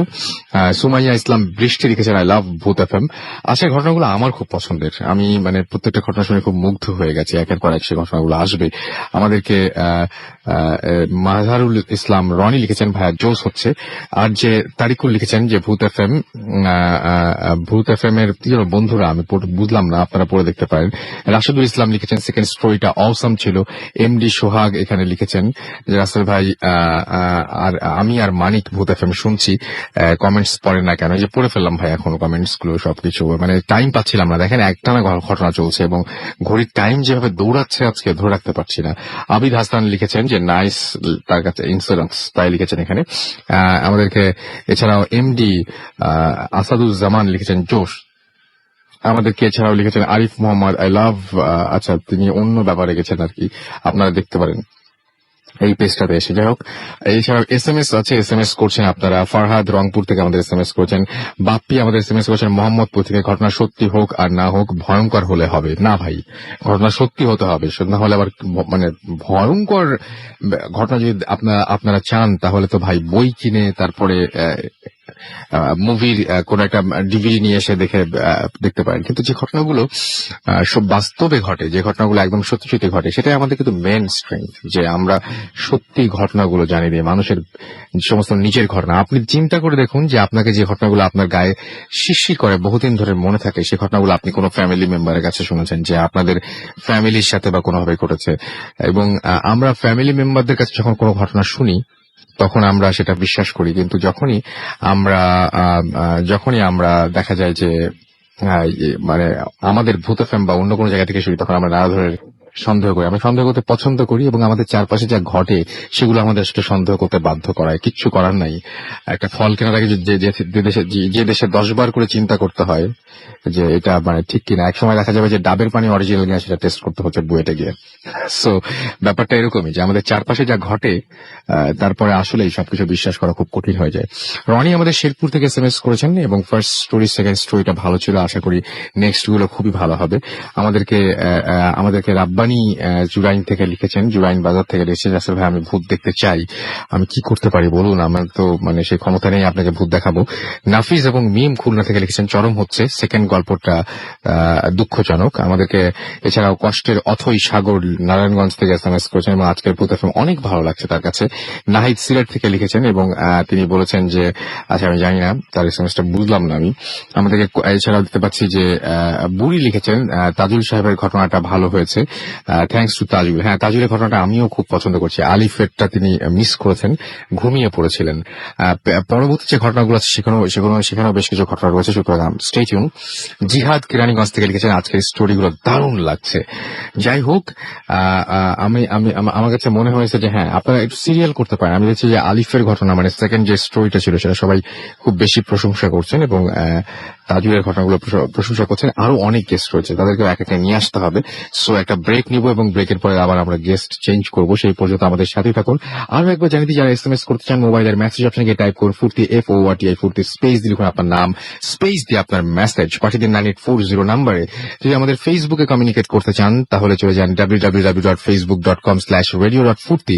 যদি আমার ফেসবুক ফ্যান পেজ প্রথমবারের মতো গত সপ্তাহে, যেটা মানে এই সপ্তাহে আসলে লঞ্চ করেছে, যেটা প্রথমবারের মতো ফ্যান পেজ, সেটা হচ্ছে www.facebook.com/bhutfm.russell। আর রাসেলের স্পেলিংটা আরেকবার বলে দিই, RUSSELL। আরো নতুন কোন পেজে গিয়ে বিভ্রান্ত হবেন না, আর এখন থেকে হওয়ার প্রয়োজনও পড়বে না। অনেক পেজ আছে যেগুলো সব বিভ্রান্তি করে এবং আমার নামের এক একটা যা বানান লেখে, ও মাই গড। যাই হোক, এনিওয়েজ, আর আমাদেরকে যারা ইমেল করতে চান সেটা আসলে সবচেয়ে ইম্পর্টেন্ট। তার আপনারা আমাদের অ্যাড্রেসটা মনে রাখুন। আমাদের অ্যাড্রেসটি হচ্ছে bhutfm@radiofurti.fm। আরো একবার স্পেলিংটা বলেছি, BHWTFM@radiofurti.fm। আপনার নাম, ঠিকানা এবং ফোন নাম্বার সহ আপনার জীবনে ঘটে যাওয়া সেরা ঘটনা পাঠিয়ে দিন আমাদের কাছে। আমরা চলে যাবো একটা বিরতিতে, বিরতির পরে আবারও ফিরে আসছি। স্টে টিউন টু রেডিও ফুর্তি।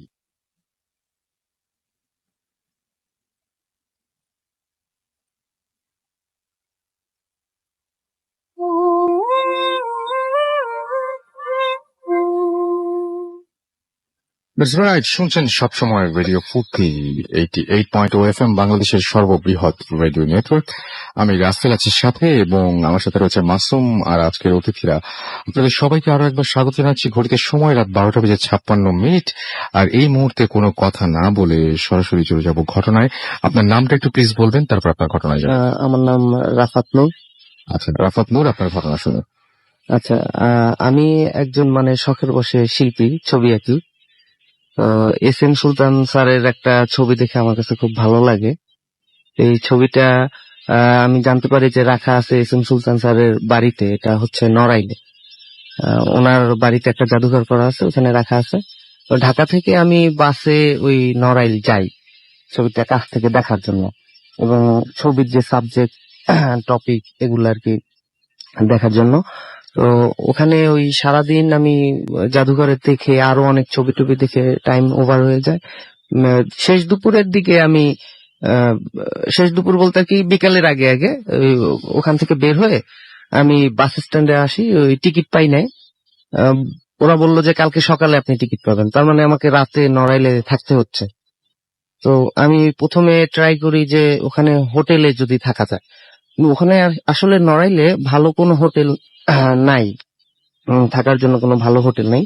যেটা আছে ওটাকে একেবারে খুবই একদম নিম্নমানের। এই জন্য আমি আর ওই হোটেলে চান্স না নিয়ে আমি ডাকবাংলোতে থাকার চেষ্টা করলাম। তো ডাকবাংলো থেকে আমাকে বললো যে অনেক গেস্ট আছে এখানে, আসলে আমাদের ডাকবাংলো তো আপনি থাকতে পারবেন না, থাকার মতো জায়গা নেই। আমি অনেক ট্রাই করতেছিলাম যে ওখানে যদি ওরা একটু থাকতে দিত রাতের বেলাটা। তো তখন ওখানে দেখলাম একটা ছেলে ঘোরাঘুরি করতেছে, ও বললো যে আপনার কি থাকা দরকার, তাহলে আমি আপনাকে থাকার একটা ব্যবস্থা করে দিতে পারি। আহ, এখানে একটা পুরোনো দিনের বাড়ি আছে, সরকারের মালিকানাধীন। এটা সংস্কার কাজ চলতেছে। তো একটা রুম আছে, সেখানে আপনি আজকে রাতটা কাটাতে পারবেন। আমি ওই বাড়ির কেয়ারটেকার। আমি ভাবলাম প্রথমে যে লোকটা কি খারাপ না ভালো। তো ওই ডাক বাংলোর ওই যে দারোয়ান টারোয়ান যারা আছে সিকিউরিটি, ওদের কাছ থেকে কনফার্ম হয়েছি যে লোকটা আসলে মানে চোর ডাকাত না, ভালো মানুষ। তো তখন ওই কনফার্ম হয়ে ওর সাথে আমি বললাম যে ঠিক আছে চল। তো ও আমাকে একটা পুরোনো দিনের ডাকবাংলো থেকে কাছেই আর কি, পুরোনো দিনের একটা দোতলা বাড়ির সামনে আমাকে নিয়ে গেল। তালা টালা খুললো। ওই গেটটা এরকম যে তালাটা আর কি বাইরে থেকে ভেতর থেকে দুই দিক থেকেই খোলা যায়, গ্রিল একটা গেট। তো বাড়িটার ভেতরে ঢুকে আমার কাছে ঠিক থাকার মতো আর কি পছন্দ হলো না। অনেক পুরোনো দিনের ফার্নিচার আসবাবপত্র সব ছড়ায় ছিটায় আছে। আহ, আহ, মানে আর কি একদম একটা গোডাউনের মতো মনে হইলো আর কি। তো চিকন হাঁটার একটা পথ, ওইটা দিয়েও আমাকে হাঁটায় হাঁটায় দোতলায় নিয়ে আসছে। তো দোতলায় এনে একটা ও আমাকে রুমের দরজা খুলে দিল। ওই রুমটা আবার থাকার জন্য পরিষ্কার পরিচ্ছন্ন ছিল। বললো যে আপনি এখানেই থাকবেন, আজকে রাতটা এখানে থাকবেন। আহ, আহ, এখানে আমি চাবি দিয়ে যাচ্ছি, আমি থাকবো না। আমি বললাম যে এরকম একটা বাড়িতে আমি একা থাকবো? তো বললো যে আপনার থাকতে হলে একাই থাকতে হবে, আর আমি এখানে থাকি না, আমার কাছাকাছি বাড়ি আছে, সেখানে আমি থাকি। আমি বললাম যে আচ্ছা ঠিক আছে। তো আমি ওই ব্যাগ ট্যাগ রেখে আমি তালা মেরে আমি বাইরে বের হয়ে আসছি খাওয়া দাওয়া করার জন্য। তারপর হোটেলে খাওয়া দাওয়া করে আমি যখন ফেরত আসতেছিলাম, তখন ওই বাড়িটার কাছাকাছি একটা সিগারেটের দোকান ছিল, টং দোকান টাইপের, চা এবং সিগারেট বিক্রি করে। ওই সিগারেট কিনতে গেছি, তখন ওই সিগারেটের দোকানদার আমার বলতেছে যে আপনি কি এই বাড়িটাতে থাকতেছেন নাকি? তো আমি বললাম হ্যাঁ, আমি এখানে আজকে রাতে থাকতে হবে, হোটেলটা ভালো ছিল না, আর ডাকবাংলোতেও জায়গা পাইনি। তো সে বললো যে এখানে আমি তখন দেখছি আপনাকে ব্যাগ ট্যাগ নিয়ে ঢুকছেন, তখনই আমি আপনাকে ফলো করছি।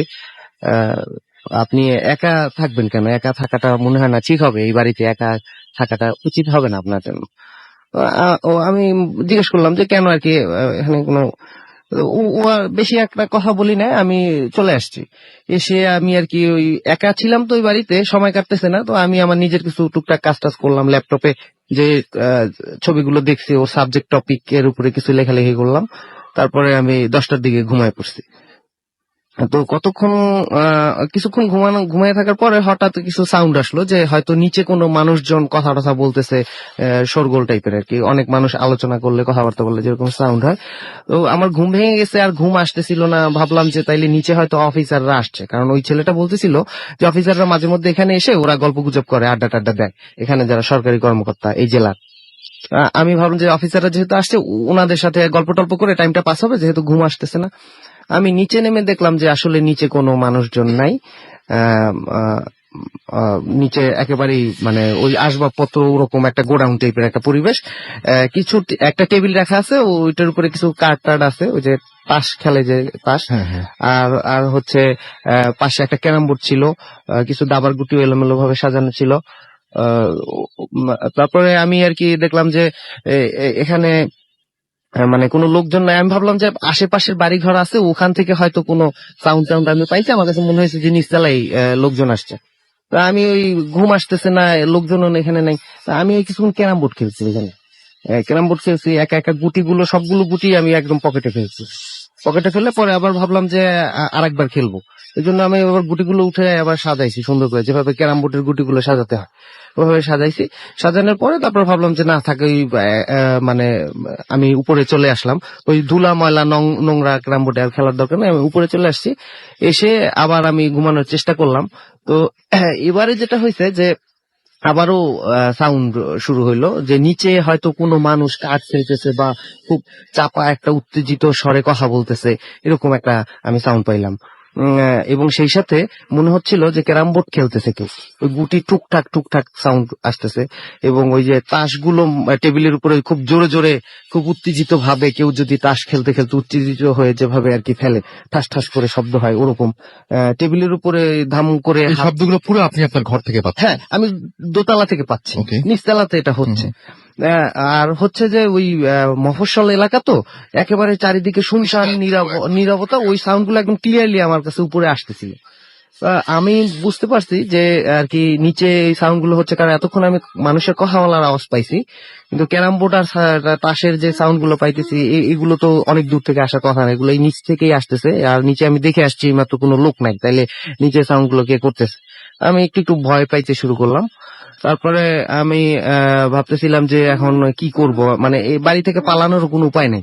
বুঝতে পারছি যে এখানে আপনি পালিয়ে যাবেন কোথায়? হ্যাঁ, না আবার ওই পালাতে হলে তো ওই ওইটা সামনে থেকে ওইটা ক্রস করে যেতে হবে, ওইটা হচ্ছে আরো রিস্কি। হুম। তো তারপর আমি ভাবতেছি এর মধ্যে হয়েছে কি, আপনার কারেন্ট চলে গেছে।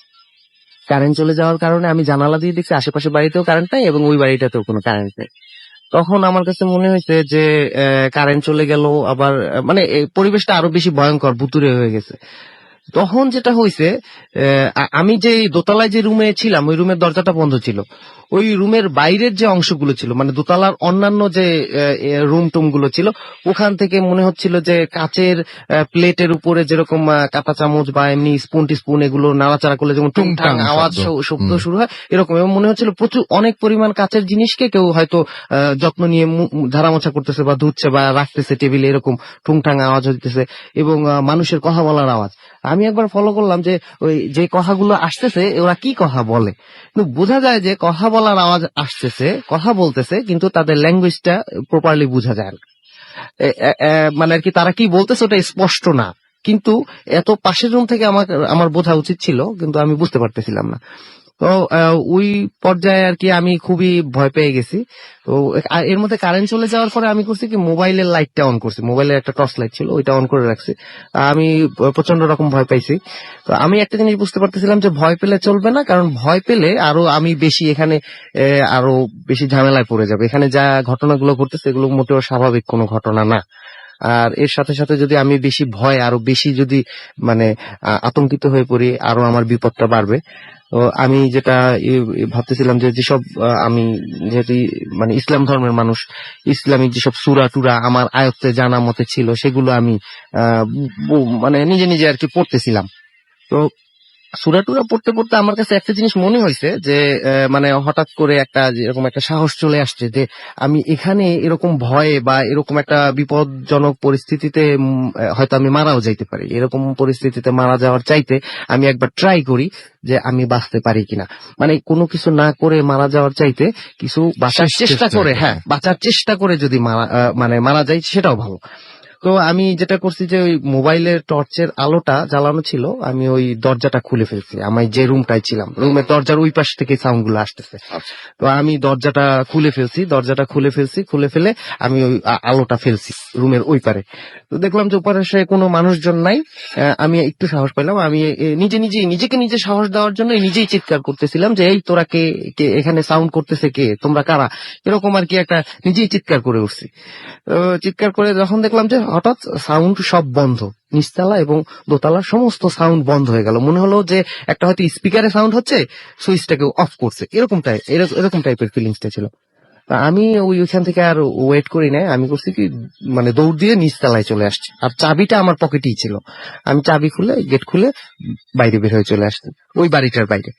তো ওই বাড়িটার বাইরে একটা বাউন্ডারি ওয়াল ছিল কোমর সমান উঁচু। ওই ওয়ালের বাইরে ওয়ালটা ক্রস করে মেইন রাস্তা, একটা রাস্তা, ওই রাস্তার উপরে আমি সারা রাত্র কাটাই দিই। এবং আসার সময় কি আপনি ওই রুমটা ক্রস করে এসেছিলেন এবং হ্যাঁ হ্যাঁ হ্যাঁ, ওই রুমটা যখন ক্রস করে আসছি তখন ওই রুমের ভেতরেও আমি ওই মোবাইলের আলোতে যতটুকু দেখতে পাইছি, কারণ তখন তো কারেন্ট ছিল না, অন্ধকার, ততটুকুর মধ্যে আমি কোনো কিছু টের পাই নাই বা ওখানে কোনো কিছু ছিল, কাউকে দেখেন হ্যাঁ, কাউকে দেখিও নাই। কিন্তু এতক্ষণ যেভাবে সাউন্ড হয়েছে মনে হচ্ছে নিশ্চিত কেউ আছে। হ্যাঁ হ্যাঁ, কমপক্ষে ওখানে 8 থেকে 10 জন মানুষ ওখানে থাকার কথা। তারপর আপনি বাইরে এসে অপেক্ষা করছেন, এরপরে কি হলো? এরপরে আমি ওই বাইরে সারা রাত্র ওই বাড়িটার সামনে পায়চারি করছি এবং আমি একটা বোঝার চেষ্টা করতেছিলাম যে ভেতরে কিছু হয় কিনা। খুব কাছে ওয়াল থেকে ওই বাড়িটা খুব কাছে, তো ভেতরে আমি কোনো কিছুই টের পাইলাম না।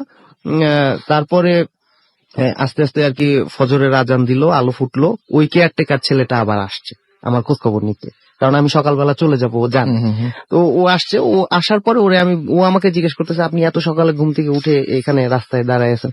আমি বললাম যে আমি তো মানে ঘুমাইতেই পারি না, তুমি আমার কেমন বাড়ির মধ্যে ঢুকাই রেখে চলে গেলা। আমি তো মানে ওরে সব যখন বলছি ও খুব অবাক হয়েছে, মানে ওর কাছে মনে হয়েছে যে এরকম ঘটনা মনে হয় ওই প্রথম শুনতেছে, অথচ ও এই বাড়ির কেয়ারটেকার। যাই হোক, ও আমাকে বললো যে ঠিক আছে স্যার চলেন আমি দেখি ভিতরে কি হয়েছে। তো নিচতলা দোতলা সব জায়গায় আমি ওকে নিয়ে ঘুরলাম, সবকিছু একদম খুব স্বাভাবিক, কোনো সমস্যা নাই, একদম সিম্পল একটা বাড়ির মতো।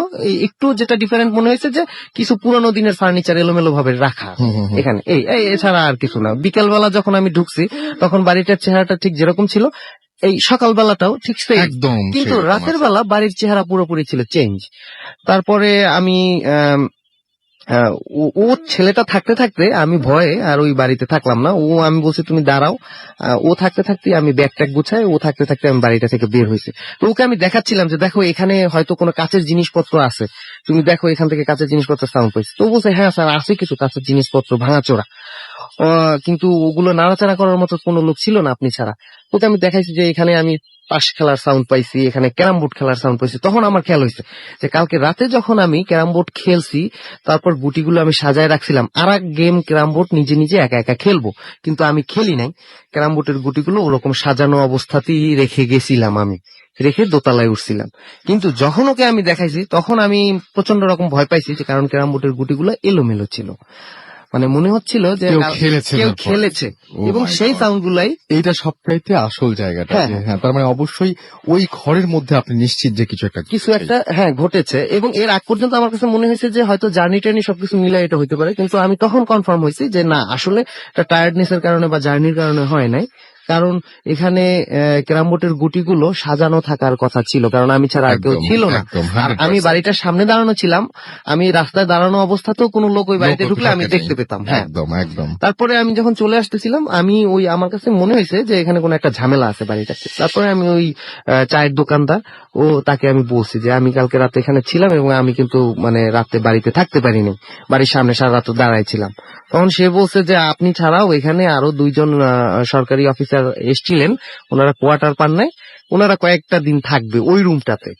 কিন্তু ওনারাও প্রথম দিন রাতে এরকম অর্ধেক রাত্রে ওনারা ওখান থেকে বের হয়ে অন্য অফিসারদের সাথে শেয়ার করে রুম থাকতে, ওনারাও এখানে থাকেন না। এবং এই বাড়িটাতে অনেক আগে একজন সরকারি আর কি কোর্টের একজন অফিসার, মানে পাবলিক প্রসিকিউটর, উনি এখানে কিছুদিন থাকছিলেন। ওনার যত সরকারি ওসব নথিপত্র কাগজপত্র এগুলো কে যেন প্রতিদিন রাতে এলোমেলো করে উনি গুছাইতে চাই রেখে হয়তো ঘুমাতে যেতেন, সকালবেলা উঠে দেখতেন সব কাগজপত্র একদম ফ্লোরের মধ্যে ছড়ানো ছিটানো। তো উনিও আর থাকেন নাই। তারপরে আমি ওই দোকানদারকে জিজ্ঞেস করছি যে আপনি এই বাড়িটা সম্পর্কে কতদূর কি জানেন, মানে ব্যাপারটা এরকম কেন হয়। তখন ওই লোকটা বলল যে এই বাড়িটা একটা হিন্দু জমিদারের বাড়ি ছিল, তার একাধিক স্ত্রী ছিল। তো একাধিক স্ত্রীর মধ্যে কোনো একটা স্ত্রী সুইসাইড করে। তো তারপরে ওই জমিদার ক্যালকাটা চলে যায় এবং এটা পর্যায়ক্রমিক ভাবে এটা গভর্নমেন্টের আন্ডারে চলে আসে বাড়িটা। এরপর মাঝে মধ্যে কিছু কিছু সময় অনেক লোক এই বাড়িতে যখন থাকে তাদের ক্ষেত্রে এই প্রবলেমটা হয়। তবে ওই যে ছেলেটা ছিল কেয়ারটেকার, ও হচ্ছে মাত্র কয়েকটা দিন আগে আর কি এই বাড়ির কেয়ারটেকার হিসেবে জয়েন করছে, যার জন্য ও আগে থেকে কিছু জানতো না। রাইট। অনেক ধন্যবাদ আপনাকে, একদম চমৎকার, এত চমৎকার একটা ঘটনা বলার জন্য, এবং অনেক ধন্যবাদ। এবং আমরা পরবর্তী ঘটনায় যাবো, তার আগে বলি যে আজকে যে ঘটনাগুলো বললাম তার সেই সমস্ত ঘটনা একটু আমরা রিভিউ করি। হ্যাঁ, আমরা চিন্তা করুন যে আজকে রাতের বেলায় যদি আপনারও হঠাৎ করেই আপনি একটা যে ঘরের মধ্যে ঘুমিয়ে আছেন, সকালবেলা দেখলেন যে আপনি ঠিক সেই ঘরে নেই, আপনি অন্য কোথাও চলে গেছেন, তাহলে কি অবস্থা হবে? আমি কেন মনে করিয়ে দিচ্ছি, জিনিসগুলো যাদের সাথে ঘটে তারাই বোঝেন যে ঘটনাটা কত ভয়ঙ্কর। আপনি খেতে একেবারেই পছন্দ করেন না, তারপরেও আপনার পরিচিত কেউ একজন যখন তখন আপনাকে এসে বলছে যে অমুক জায়গায় যাবে, সেখানে অনেক খাবার আছে, আপনার কেমন লাগবে?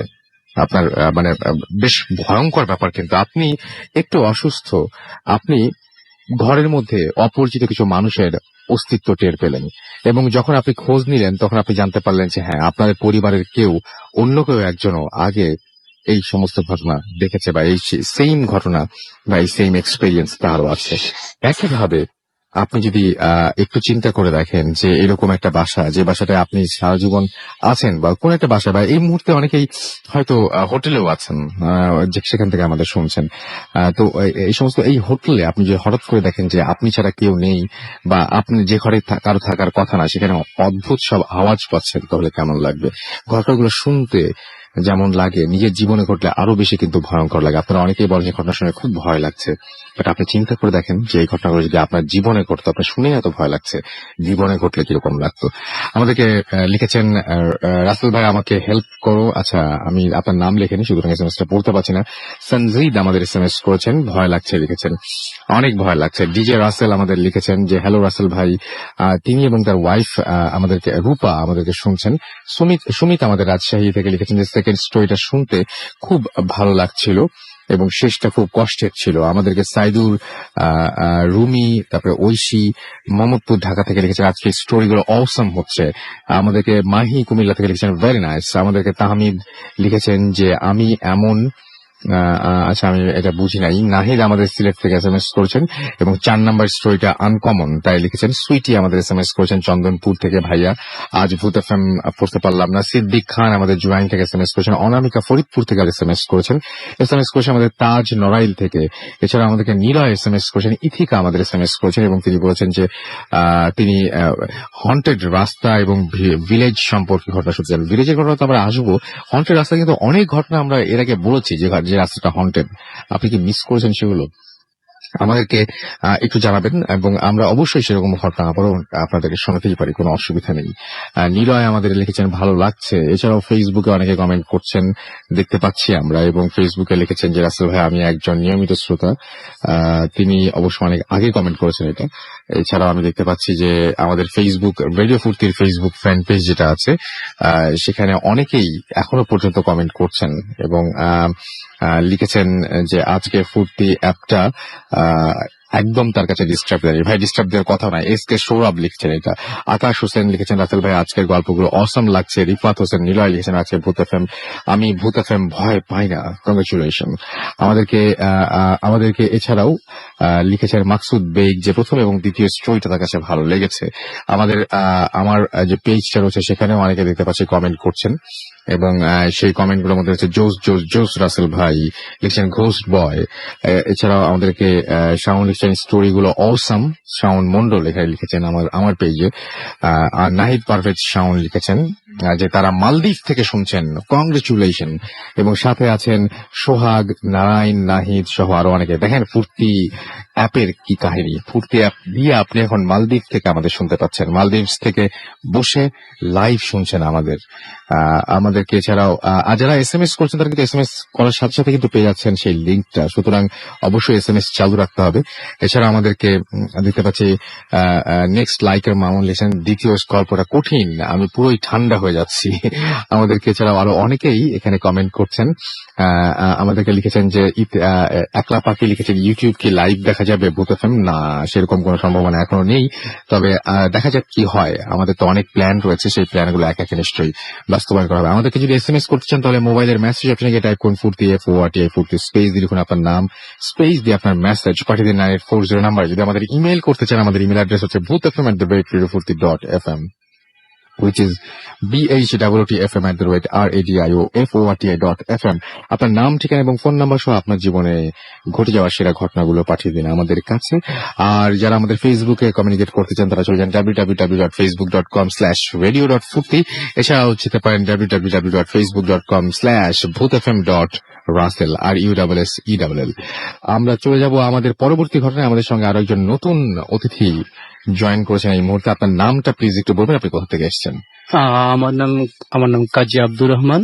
আমি যশোরে, আমার বাড়ি যশোরের শাসা থানা, আর গ্রামের নাম লক্ষণপুর। আপনি তো লক্ষণপুরের ঘটনাই বলবেন তার মানে? আমি লক্ষণপুরের ঘটনা বলবো। শুনি আপনার ঘটনা। আমি এখন ঢাকায় থাকি। আমি যে ঘটনাটা বলবো, এই ঘটনাটা আমি তখন ক্লাস 6 অথবা 7 পড়ি। তখন টিভিতে সংসপ্তক নাটক হতো। জি। সবাই এক নামে কান কাটা রমজান বলে সবাই চেনে। তো আমাদের গ্রামে তখন পার্সোনালি কেউ টিভি কিনে কারোর ঘরে আসেনি। একমাত্র লক্ষণপুর আমাদের ইউনিয়ন পরিষদ যেটা ছিল, ইউনিয়ন পরিষদে একটা টিভি ইউনিয়ন পরিষদের পক্ষ থেকে কেনা হয়েছিল। সেখানে আমরা বিভিন্ন গ্রামের অঞ্চল থেকে আমরা টিভি দেখতে যেতাম। তো টিভি দেখে আমরা যখন রাতে ফিরতাম তখন আমাদের ওই অঞ্চলে নতুন ইলেকট্রিসিটি গেছে, বাট সব জায়গায় তেমন ফ্লারিশ হয়নি। কোনো ফ্যামিলি থেকে নিতে পেরেছে আর কি। তো অন্ধকার রাস্তা দিয়ে আমাদেরকে বাড়ি যেতে হতো রাতে। আমাদের বাড়িতে ফেরার রাস্তায় একটা জায়গা ছিল, একটা রাস্তার মাঝখানে একটা জায়গা ছিল, একটা কবরখানা ছিল আর কি। ওই কবরে আমাদের গ্রামে একজন বুড়ি ছিল, অনেক দিন রোগ ভোগের পরে সে মারা গিয়েছিল। তো ওই কবরখানাটাকে ঝুড়ির কবরখানা বলে সবাই। তো ওইখানে অনেক অদ্ভুত ঝুড়ির কবরখানা বলে সবাই, ঝুড়ির কবর। তো ঝুড়ি কি কারোর নাম? ঝুড়ি একজনের নাম। আচ্ছা আচ্ছা, তার নাম একজন ঝুড়ি। তো অনেক ধরনের ঘটনা ওখানে ঘটেছে, আমরা শুধু শুনতাম, কিন্তু আমরা বাস্তবে কখনো দেখিনি। তো আমরা 3-4 জন যাচ্ছি বাড়িতে, হাঁটতে হাঁটতে ওইখানে যাওয়ার সাথে সাথে কেন জানি শরীরের ভিতরটা নাড়া দিয়ে উঠতো যে না জানি এখানে কিছু একটা ঘটতে পারে, সমসম শব্দ নিয়ে উঠতো, মনে হতো কিছু একটা টের পাচ্ছি এরকম মনে হতো। লাকিলি ওই দিন আমরা যখন যাই, হঠাৎ করে দেখি ওখান থেকে ছোট্ট একটা বিড়ালের বাচ্চা বের হয়ে এসেছে। বের হয়ে এসে অন্ধকারে আমার 2 পায়ের মাঝখান দিয়ে বিড়ালটা হাঁটতেছে। আমি পায়ে টোকা লাগতেছে, বারবার যখন টোকা লাগতেছে একবার আমি একটা লাথিতে ফেলে দিয়েছি। তখন রাস্তার পাশেও বিড়ালটা পড়ে গেছে। আমি বুঝতে পারলাম যে বনের ভিতরে সে পড়ে গেল। আমি এর পড়ে যাওয়ার পরে আমি বলতেছি আমার বন্ধুদেরকে, দেখলে আমার পায়ে একটা বিড়াল বেঁধে গেল, আমি লাথি দিয়ে ফেলে দিলাম। ওরা বললো কই, এরকম তো কিছু দেখি নাই। তারপরে আমরা হাঁটতে কিছু দূর পরে দেখি বিড়ালটা আবার, এখন যে বিড়ালটা দেখলাম আগে ছিল ছোট্ট একটা বিড়াল, এখন ওই বিড়ালটা একটু বড় হয়ে গেল, সাইজটা বেড়ে গেছে বিড়ালটার। আমার তখন একটু ভয় লাগলো যে এই ঘটনাটা কি, আগে দেখলাম একটা ছোট বিড়াল, এখন দেখছি একটা বড় বিড়াল। তারপরে আমরা যাচ্ছি, হাঁটতেছি, আমরা বন্ধুদের বলতেছি এই বিড়ালটা দেখতো, এটা তো তুই একটু ইয়ে দে, খেয়ে দিয়ে, মানে আমরা গ্রামের ভাষায় বলি খেয়ে দিয়ে দে, মানে বের করে দে, তাড়িয়ে দে আর কি। তো তখন আমার এক বন্ধু বলছে কই, কোনো বিড়াল তো নেই, এখানে তো কোনো বিড়াল নেই। তারপরে আমরা আবার হাঁটতেছি, আবার দেখি বিড়ালটা নাই। যখন বাড়ির কাছে গেলাম, কাছাকাছিতে বিড়ালটা আমরা দেখতে পেলাম না। আমি তখন বাড়িতে গেলাম, বাড়িতে যাওয়ার পরে আমার মা আমাকে খেতে দিল। খাওয়ার পরে আমরা, যেহেতু গ্রামে বাড়ি ছিল, আমাদের গ্রামের বাড়িতে উঠানের পাশে একটা বৈঠকখানা ছিল। তখনকার সময়ে গ্রামের বাড়ির উঠানের সামনে একটা বৈঠকখানা থাকতো। যারা সম্ভ্রান্ত পরিবার, একটু বড় পরিবার ছিল, তাদের একটা বৈঠকখানা থাকতো। ওই বৈঠকখানায় আমি রাত্রে ঘুমাতাম। তো যথারীতি আমি খাওয়ার পরে রাত্রে যে ঘুমিয়েছি, শুয়েছি, শীতকাল ছিল তখন। তো আমি লেপটা আমার বুকের উপর দিয়ে আমি শুয়ে আছি, লাইটটা অফ করে দিয়ে। একটু ঘুম ভাব, তখন দেখছি যেন আমার পায়ের নিচে দিয়ে কি একটা আমার পায়ের গায়ের উপর উঠতেছে আস্তে আস্তে। তো আমার গায়ে খুব ভয় লাগতেছে, অন্ধকারের মধ্যে পায়ের উপর দিয়ে কি উঠতেছে। যখন সে আমার হাঁটু পর্যন্ত উঠলো, তখন আমি পা দুটোতে ঝাড়া দিলাম, দিলে ও যে ওয়ালের গায়ে যে বাড়ি খেলে আমি চিন্তা করলাম যে এই মনে হয় সেই বিড়ালটা হবে, তাহলে এটা কি হলো। আমি যথারীতি আবার আমি শুয়ে পড়ে লাইটটা অফ করে আমি শুয়ে পড়েছি। আবার ঘুম কিছুক্ষণ পরে দেখি আবার সে আমার পায়ের উপর দিয়ে উঠে আসতেছে। ঠিক যখন আমার হাঁটু পর্যন্ত উঠে এসেছে, তখন আবার আমি তাকে বাড়ি দিয়ে ফেলে দিছি। দিয়ে ওয়ালে যে বিড়ালটা পড়ে গেছে। তারপরে যে আমি আবার আস্তে আস্তে ঘুমানোর চেষ্টা করতেছি। যখন আমি ঘুমিয়ে গেছি, আমার একেবারে গভীর নিদ্রা, আবার তেমন যেন আমার বুকের উপরে যে একেবারে কাছাকাছি চলে এসছে কিছু একটা আমি দেখলাম। তখন আমি ওটাকে আবার বাড়ি দিয়ে আমি এবার লাইট অন করেছি, যে আসলে দেখি বাস্তবে কিছু আছে কিনা। দেখলাম যে আসলে সেই এবার বিড়ালের বাচ্চা দেখলাম আমি। তো আমার ওই রুমের মধ্যে ওই আগের দিন আমার মায়েরা ধান সিদ্ধ করেছিল ইয়ে করার জন্য, চাউল করার জন্য, সেখানে ঢিবি করা ছিল। তো ওখানে একটা ঝুড়ি ছিল। তো আমি তখন করলাম কি, সাহস করে বিড়ালটা ওই ঝুড়ি দিয়ে ঢেকে দিলাম, ঢেকে দিয়ে একটা ইট ওর পরে চাপা দিয়ে দিলাম, যে দেখি বিড়ালটা সকাল পর্যন্ত থাকে কিনা। দিয়ে চাপা দিয়ে আমি ঘুমিয়ে পড়েছি। তারপরে আমি ঘুমিয়ে গেলাম। আমি খুব সকালে ঘুম থেকে উঠলাম, ওই যে একটা টেনশন ছিল যে আসলে বিড়ালটা আছে কিনা। সকালে ঘুম থেকে উঠে আমি দেখলাম যে বিড়ালটা আসলে নেই। আপনি যে জিনিসটা আমি আপনাকে জিজ্ঞেস করেছিলাম অফ এয়ারে, যে ঝুড়িটা আপনি এখন বলেন যে ইট চাপা দিয়েছেন, কিন্তু ওই ঝুড়িটা আপনি বলছেন যে ওটা মাটি লেপা থাকে, মাটি লেপা থাকে, ওইটা এমনিতেই অনেক ভারী। এক্স্যাক্ট। সুতরাং ওইখান থেকে কোনো বিড়ালের বাচ্চার বাইরে যাওয়ার কোনো উপায় একেবারেই নাই। আমি তখন এই ঘটনাটা আমি আমার বাবাকে বলি। আমার বাবা হলো মসজিদের ইমাম ছিলেন, উনি দীর্ঘ 25 বছর ইমামতি করেছেন। তো উনি তখন বললেন যে বাবা, এরকম এটা তো খুব ন্যাচারাল জিনিস, আমার জীবনের কিছু ঘটনা তুমি শোনো। তখন আমার বাবা 2টা ঘটনা আমাকে বললেন, ওনার বাবার, আমার আব্বার। আমরা গ্রামের মানুষ আমরা আব্বা বলি আর কি। না অনেকেই আব্বা বলে। আব্বা সচরাচর আমাদের ওই অঞ্চলে মাহফিল হতো, অনেক দূরে মাহফিল হতো। তা আমার আব্বা যেখানেই মাহফিল হতো সেখানে মাহফিল শুনতে যেতেন। আচ্ছা, আপনার বাবার ঘটনা আমরা ফিরে এসে শুনবো। আমরা মাঝখানে আরেকজনের ঘটনা শুরু আসবো, আপনি এখান থেকে আবার শুরু করবেন। একটা ব্রেক নিয়ে আসি এবং আরেকজন গেস্ট আছেন, তার ঘটনা শুনে আমি আবার আপনার কাছে ফিরে আসছি। ওকে, সো আপনারা যারা এতক্ষণ শুনছিলেন তাদেরকে আরো একবার জানিয়ে রাখি যে আমরা এখন মানে কি বলবো, যে অনেকগুলো SMS ও পেয়ে গেছে অলরেডি। সাকিব আমাদের লিখেছেন যে রাসেল ভাই পড়তে পারলাম না, তার আগে চলে গেল SMS-টা। শাওন আমাদের লিখেছেন উত্তরা থেকে 13 নম্বর সেক্টর থেকে, ভাইয়া আমি আচ্ছা, তিনি একটা অ্যান্ড্রয়েড ফোন ইউজ করেন এবং তিনি বলছেন যে মোবাইলটাতে রেডিও থাকার কারণে এতদিন রেডিও না থাকার কারণে তিনি এতদিন ভূত FM শুনতে পারতেন না, বাট এখন তিনি শুনতে পারবেন। অবশ্যই অ্যাপ ডাউনলোড করে অবশ্যই আপনি শুনতে পারবেন। এমন দারুণ একটা এপিসোড হচ্ছে, ভূত FM এর পুরো টিমকে থ্যাঙ্কস আমাকে এপিসোড উপহার দেওয়ার জন্য। You are most welcome, but আপনার নামটা কেন লেখেননি? শান আমাদের SMS করছেন, আল মামুন আমাদের SMS করছেন মিরপুর 6 থেকে, ভূত FM নাইস স্টোরি তাই লিখেছেন। নাহিদ এবং নিহা আমাদের SMS করছেন সিলেট থেকে এবং তিনি বলছেন আজকে সব ঘটনাগুলো ডিফারেন্ট, অল দ্য বেস্ট ভূত FM। আমরা ডিফারেন্ট ঘটনা তখনই মানে কি বলবো, যে আপনাদেরকে উপহার দিতে পারি যখন আপনারা ডিফারেন্ট ঘটনা পাঠান। সো আরো একবার মনে করে দিই আমাদের অ্যাড্রেসটা bhutfm@radio40.fm, মনে রাখবেন BHWTFM@RADIOFORTI.FM। আপনার নাম, ঠিকানা এবং ফোন নাম্বার সহ আপনার জীবনে ঘটা সেরা ঘটনাগুলো পাঠিয়ে দিন আমাদের কাছে। আমি এই শোয়ের মানে এই শো যখন শেষ হয়ে যাবে তখন আমার পেজে এই অ্যাড্রেসটা আরো একবার আমি টাইপ করে দেবো আপনাদেরকে। আমার পেজটা হচ্ছে www.facebook.com/bhutfm.russell RUSSELL। এই যে লিঙ্কটা আমাদের অ্যাড্রেসটা, আমাদের ইমেল অ্যাড্রেসটা আমি আরেকবার সেখানে টাইপ করে দেবো, যাতে আপনাদের যাতে স্পেলিং নিয়ে কনফিউশন রয়েছে তাদের সেই কনফিউশন যেন না থাকে।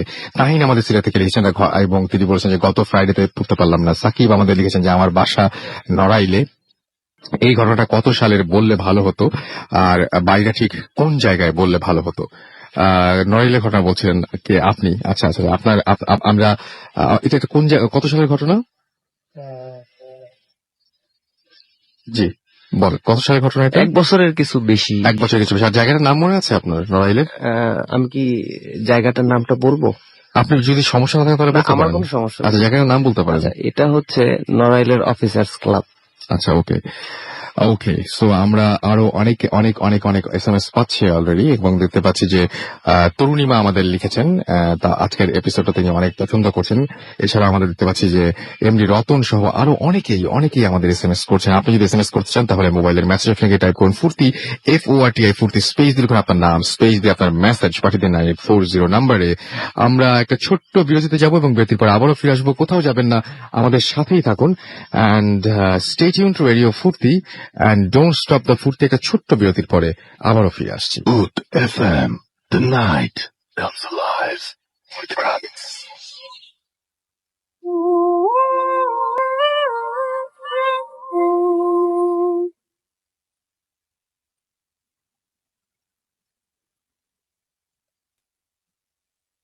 শুনছেন সবসময় রেডিও ফুর্তি 88.0 FM, বাংলাদেশের সর্ববৃহৎ রেডিও নেটওয়ার্ক। চলছে এই মুহূর্তে ভূত এফএম, এবং আপনারা সবাই জানেন ভূত এফএম এখন অন্যরকম উইথ গ্রামীণ ফোন, এবং আপনাদের মাধ্যমে আমরা যেতে চাই বহু দূর। আমি রাসেল আছি সাথে, আমার সাথে রয়েছেন আজকের অতিথিরা, এবং আজকে অনেক প্রেশারের মধ্যে আছে, অনেক বেশি গেস্ট আজকে। সো আমরা কথা না বাড়িয়ে সরাসরি ঘটনায় চলে যাই।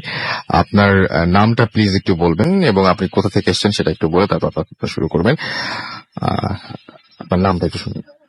হ্যালো লিসেনার, আমি মোহাম্মদ মামুন, দেশের বাড়ি ময়ূরভঞ্জ বাগেরহাটে। ওকে, আমি ঘটনায় চলে যাচ্ছি। এই ঘটনাটা আমি যখন অনার্স থার্ড ইয়ারে পড়ি বিএল কলেজে, আমি খুলনা বিএল কলেজে রাষ্ট্রীয় বিজ্ঞান বিভাগের ছাত্র ছিলাম। তখনকার ঘটনা, আমরা যশোরে গেছি মধু মেলায় বেড়াতে। আমরা কয়েকটা ফ্রেন্ড মিলে, আমি, মুজাহিদ, রহমান। তো ঘটনাটা ঘটে আমরা যখন ফিরতেছি সন্ধ্যার দিকে। এটা কেশবপুর থেকে একটা বিল আছে, যারা খুলনার আছে তারা ঠিকই চিনবে, বা যশোরের। সে বিলটা পার হয়ে আসতে হয়, এসে আপনার ভারতের দেউল নামে একটা জায়গা আছে। সেই জায়গাটা আমরা দেখবো মূলত, সেই জন্য ওইখান থেকে আসা। অনেক বড় একটা লম্বা বিল, আপনার ম্যাক্সিমাম আপনার 1-1.5 ঘন্টা তোর মানে সময় লাগবে বিলটা এপার থেকে ওপারে আসতে আর কি। মানে বিলের মাঝে কোনো জনবসতি নেই, একদম বিলের মাঝ থেকে একটা রাস্তা শুধু। দিনের বেলা লোকজন চলাচল করে, বাট রাতে ওইখান থেকে কোনো লোকজন চলাচল করে না। তো আমরা সন্ধ্যার দিকে সূর্যটা কেবল ডুববে ডুববে এরকম একটা সময় আমরা ওই বিলের এক প্রান্ত থেকে আমরা রওনা দিচ্ছি। তো দিতে দিতে দিতে আমরা হাঁটতেছি, অর্ধেকটা ক্রস করছি। অর্ধেকটা আসার পরে হঠাৎ করে একটা পচা মাছের গন্ধ আসতেছে। আচ্ছা, এখন আমরা বুঝতেছি যে বিলের মধ্যে পচা মাছের গন্ধ আসতেই পারে, বিকজ এটা একটা বিল, এখানে পচা মাছ নষ্ট মাছ থাকতেই পারে। তো যতদূর আগাচ্ছি আস্তে আস্তে আস্তে আস্তে কিন্তু গন্ধটা আরো তীব্র হচ্ছে। আচ্ছা, খুবই তীব্রতর হচ্ছে। আমি কি এখানে একটু পচা মাছের গন্ধ, তো আমার ফ্রেন্ডরা বলতেছে আরে এটা তো একটা বিল এলাকা, পচা মাছ থাকতেই পারে, এটা অস্বাভাবিক। তো রাসেল ভাই, সামনে আমরা যখন গেছি, একটু সামনে আর 2-3 মিনিট হাঁটছি, এখন দেখি যে গন্ধটা আর আসতেছে না। হঠাৎ করে শুটকি মাছের একটা ঘ্রাণ আসতেছে। আচ্ছা, এখন আমি বলতেছি আমার ফ্রেন্ড মুজাহিদের, এইখানে তো শুটকি মাছ থাকার প্রশ্ন না। আপনারা যারা কুয়াকাটা বা কক্সবাজার গেছেন, ওইখানে দেখবেন শুটকি পল্লী থেকে অনেক গন্ধ আসে, দূর থেকেও শুটকি মাছের একটা ঘ্রাণ আসে। বাট এইখানে তো এরকম কিছু নেই, এখানে আসার তো হাউ ইট পসিবল, এটা তো সম্ভবই না কোনোভাবে। তো আমি একটু ভয় পেয়ে গেছি তখন, যখন এই ঘটনাটা ঘটতেছে, আপনার শুটকি মাছের ঘ্রাণটা আসতেছে। আমি রীতিমতো ভয় পেয়ে গেছি যে এরকম গন্ধ, আরো এমনি এরকম অনেক প্যারানর্মাল ঘটনা আগে পরে শুনছি, বাট তখন আমার কেমন যেন মিলে যাচ্ছে যে এই ঘটনাটা আসলে কি। তো একটু সামনে আর 3-4 মিনিট হাঁটতেছি, হাঁটার পরই দেখি কি যে একটা মুরব্বী টাইপের লোক, অনেক মানে তখন সূর্যটা ডুবে গেছে, একটু সন্ধ্যা সন্ধ্যা, অর্থাৎ মাগরিব আজানটা হয়েছে 5-10 মিনিট হয়েছে মেবি। তো একটা মুরব্বী টাইপের লোক হবে, আপনার অনেক শুকনা, মানে নিচু হয়ে যেভাবে ধান লাগায় ঠিক ওইভাবে আমাদের সামনে সামনে সামনে সামনে সামনে সামনে হাঁটতেছে। আচ্ছা, মানে বিলের মধ্যে এটা। বাট আমরা তো, এটা আমাদের থেকে ডিস্টেন্স হবে 200-300 হাত দূরে, এবং বিলের মধ্যেও আপনার আমাদের রাস্তা থেকে 200-300 হাত দূরে। তো আমরা তো এইটা দেখে, আমি তো এই রাত্রে এইরকম সন্ধ্যাবেলা এখানে তো সম্ভব না কোনো লোক থাকা, প্রচন্ড রকম ভয় পেয়ে গেছি। পরে আমি আর যারা ছিল ফ্রেন্ডরা, ওরা সবাই দোয়া দুরুদ পড়ছি যে কি অবস্থা। তো অনেক সাহস নিয়ে, আমার ফ্রেন্ড ছিল রহমান, আবার খুব সাহসী ছিল, তো বলতেছে যে হয়তো হবে, তো চল সামনে চল। আমি না দোষ, এখান থেকে পিছনে ফিরে যাই আমরা, আর সামনে যাব না। তো বলতেছে না সামনে যাব, যে হয়তো হবে। 3টা মানুষ কি করবে। তো আমরা হাঁটতেছি, যখন কাছাকাছি চলে আসছি সেই মুরব্বীটার, দেখতেছি কি সেখানে কোনো মুরব্বী নাই, এবং আমাদের চোখে ভুল দেখার কোনো প্রশ্নই আসে না। দেখি কি একটা বগ ওইখানে মানে মাছ খাচ্ছে, এরকম একটা মানে একটা সাদা বগ। আর বলতেছি এখানে একটা মানুষ দেখলাম, এখন দেখি না একটা বগ, কি করে সম্ভব। এখন কি করার, আর পরে আমরা জোরে জোরে হাঁটা শুরু করছি। এখন জনবসতি ওইখান থেকে 10-15 মিনিট পরই আমরা মেইন রাস্তা চলে আসবো আর কি, মানে যেখানে মানুষজন থাকে। তো একটু পরে দেখি কি সামনে হঠাৎ করে একটা কুকুর আমাদের সামনে থেকে দৌড়, বিলের পাশ থেকে উঠে যে এটাও তো সম্ভব না, এখানে কুকুর আসবে কোথার থেকে? সামনে সামনে সামনে সামনে হাঁটতেছে, সামনে সামনে আস্তে আস্তে মানে আমাদের সামনে দৌড়াচ্ছে। তো পরে একটু দৌড়ে ও আবার চলে গেল, আর খুঁজে পাচ্ছি না, আর দেখতেছি না। পরে আমি ওদেরকে বললাম কি একটু পিছনে ফিরে তাকাইতে, দেখি কি পিছনে ফিরে তাকাই কি সেই লোকটা, এবং লম্বা হয়ে আপনার সেই লাঠি সহ একটা লাঠি হাতে 10-15 হাত লম্বা সে দাঁড়াই আছে। তো আমি আর ওই 3 জন হাতে হাত ধরে এক দৌড় দিয়ে আমরা সে যেখানে লোকজন থাকে সেখানে চলে আসছি। আমরা 3 জন এসে পুরো আমরা সেই ভারতের দৌলার দেখতে গেলাম না। পরে আমরা ওইখান থেকে একটা খেয়া আছে, খেয়া পার হয়ে আমরা শাহপুর নামে একটা জায়গা আছে, যারা খুলনার তারা চিনবে। তো ওইখান থেকে অটো ধরে একদম দৌলতপুরে চলে আসলাম। তো এসে আমি পরে আমরা 3 জন তো প্রচন্ড ভয় পেয়ে গেছি। আস্তে আস্তে খুলনায় তখন প্রায় 9টা-10টা বেজে গেছে। আমাদের কলেজের ইমাম সাহেব উনি মারা গেছে, মাওলানা মঞ্জুরুল হক, উনার কাছে গেলাম। তো যাই ইমাম সাহেব এই ঘটনা বললাম যে হুজুর এই কাহিনী, আমরা তো প্রচন্ড ভয় পেয়ে গেছি। তো উনি আমাদের পরে পানি টানি পরে দিল, পরে খাইলাম। পরে এই ছিল রাসেল ভাই ঘটনা। পরে আমরা অনেক ধন্যবাদ আপনাকে আপনার ঘটনার জন্য। আমরা এখন কথা না বাড়িয়ে, যেহেতু আরো কিছু ঘটনা রয়েছে, আমরা SMS ও কিছু পড়তে হবে, সুতরাং আমরা লাস্ট যে বিরতিটা সেই বিরতিটা নিয়ে আসবো এবং তারপরে আবার ঘটনা শুরু করব। সেই পর্যন্ত আমাদের সঙ্গে থাকবেন আশা করছি। এবং যারা আমাদেরকে SMS করতে চান তাদেরকে আরো একবার বলি, মোবাইলের মেসেজ আপনাকে টাইপ করুন 40 FORTI 40 স্পেস দিয়ে আপনার নাম, স্পেস দিয়ে আপনার মেসেজ পাঠিয়ে দেন 9840 নাম্বারে। যারা আমাদের ইমেল করতে চান, আমাদের ইমেল অ্যাড্রেসটি কিন্তু অলরেডি আমি দিয়ে দিচ্ছি আমাদের ফেসবুকের যে আমার যে পেজটা রয়েছে সেই পেজে। তারপর আরেকবার জানিয়ে দিই, bhutfm@radiofurti.fm, which is bhutfm@radiofurti.fm। এবং এটাতে পেতে গেলে আপনি যেতে পারেন, সরাসরি আমি লিখে দিয়েছি, যদি কোনো স্পেলিং নিয়ে কোনো কনফিউশন থাকে চলে যেতে পারেন www.facebook.com/bhutfm.russell। আর এছাড়াও আমাদের যদি ফেসবুকে কমিউনিকেট করতে চান, আমাদের অফিসিয়াল যে ফ্যান পেজটা রয়েছে রেডিও ফুর্তি, সেখানে যে আপনি আমাদের লাইক দিয়ে কমেন্ট করতে পারেন, এবং সেটি হচ্ছে www.facebook.com/radio.furti। আমরা চলে যাব পরের ঘটনায়, তবে তার আগে ছোট্ট বিরতিতে নিতে হবে আমাদেরকে। স্টে টিউনড রেডিও ফুর্তি এন্ড ডোন্ট স্টপ দ্য ফুর্তি। The night comes alive with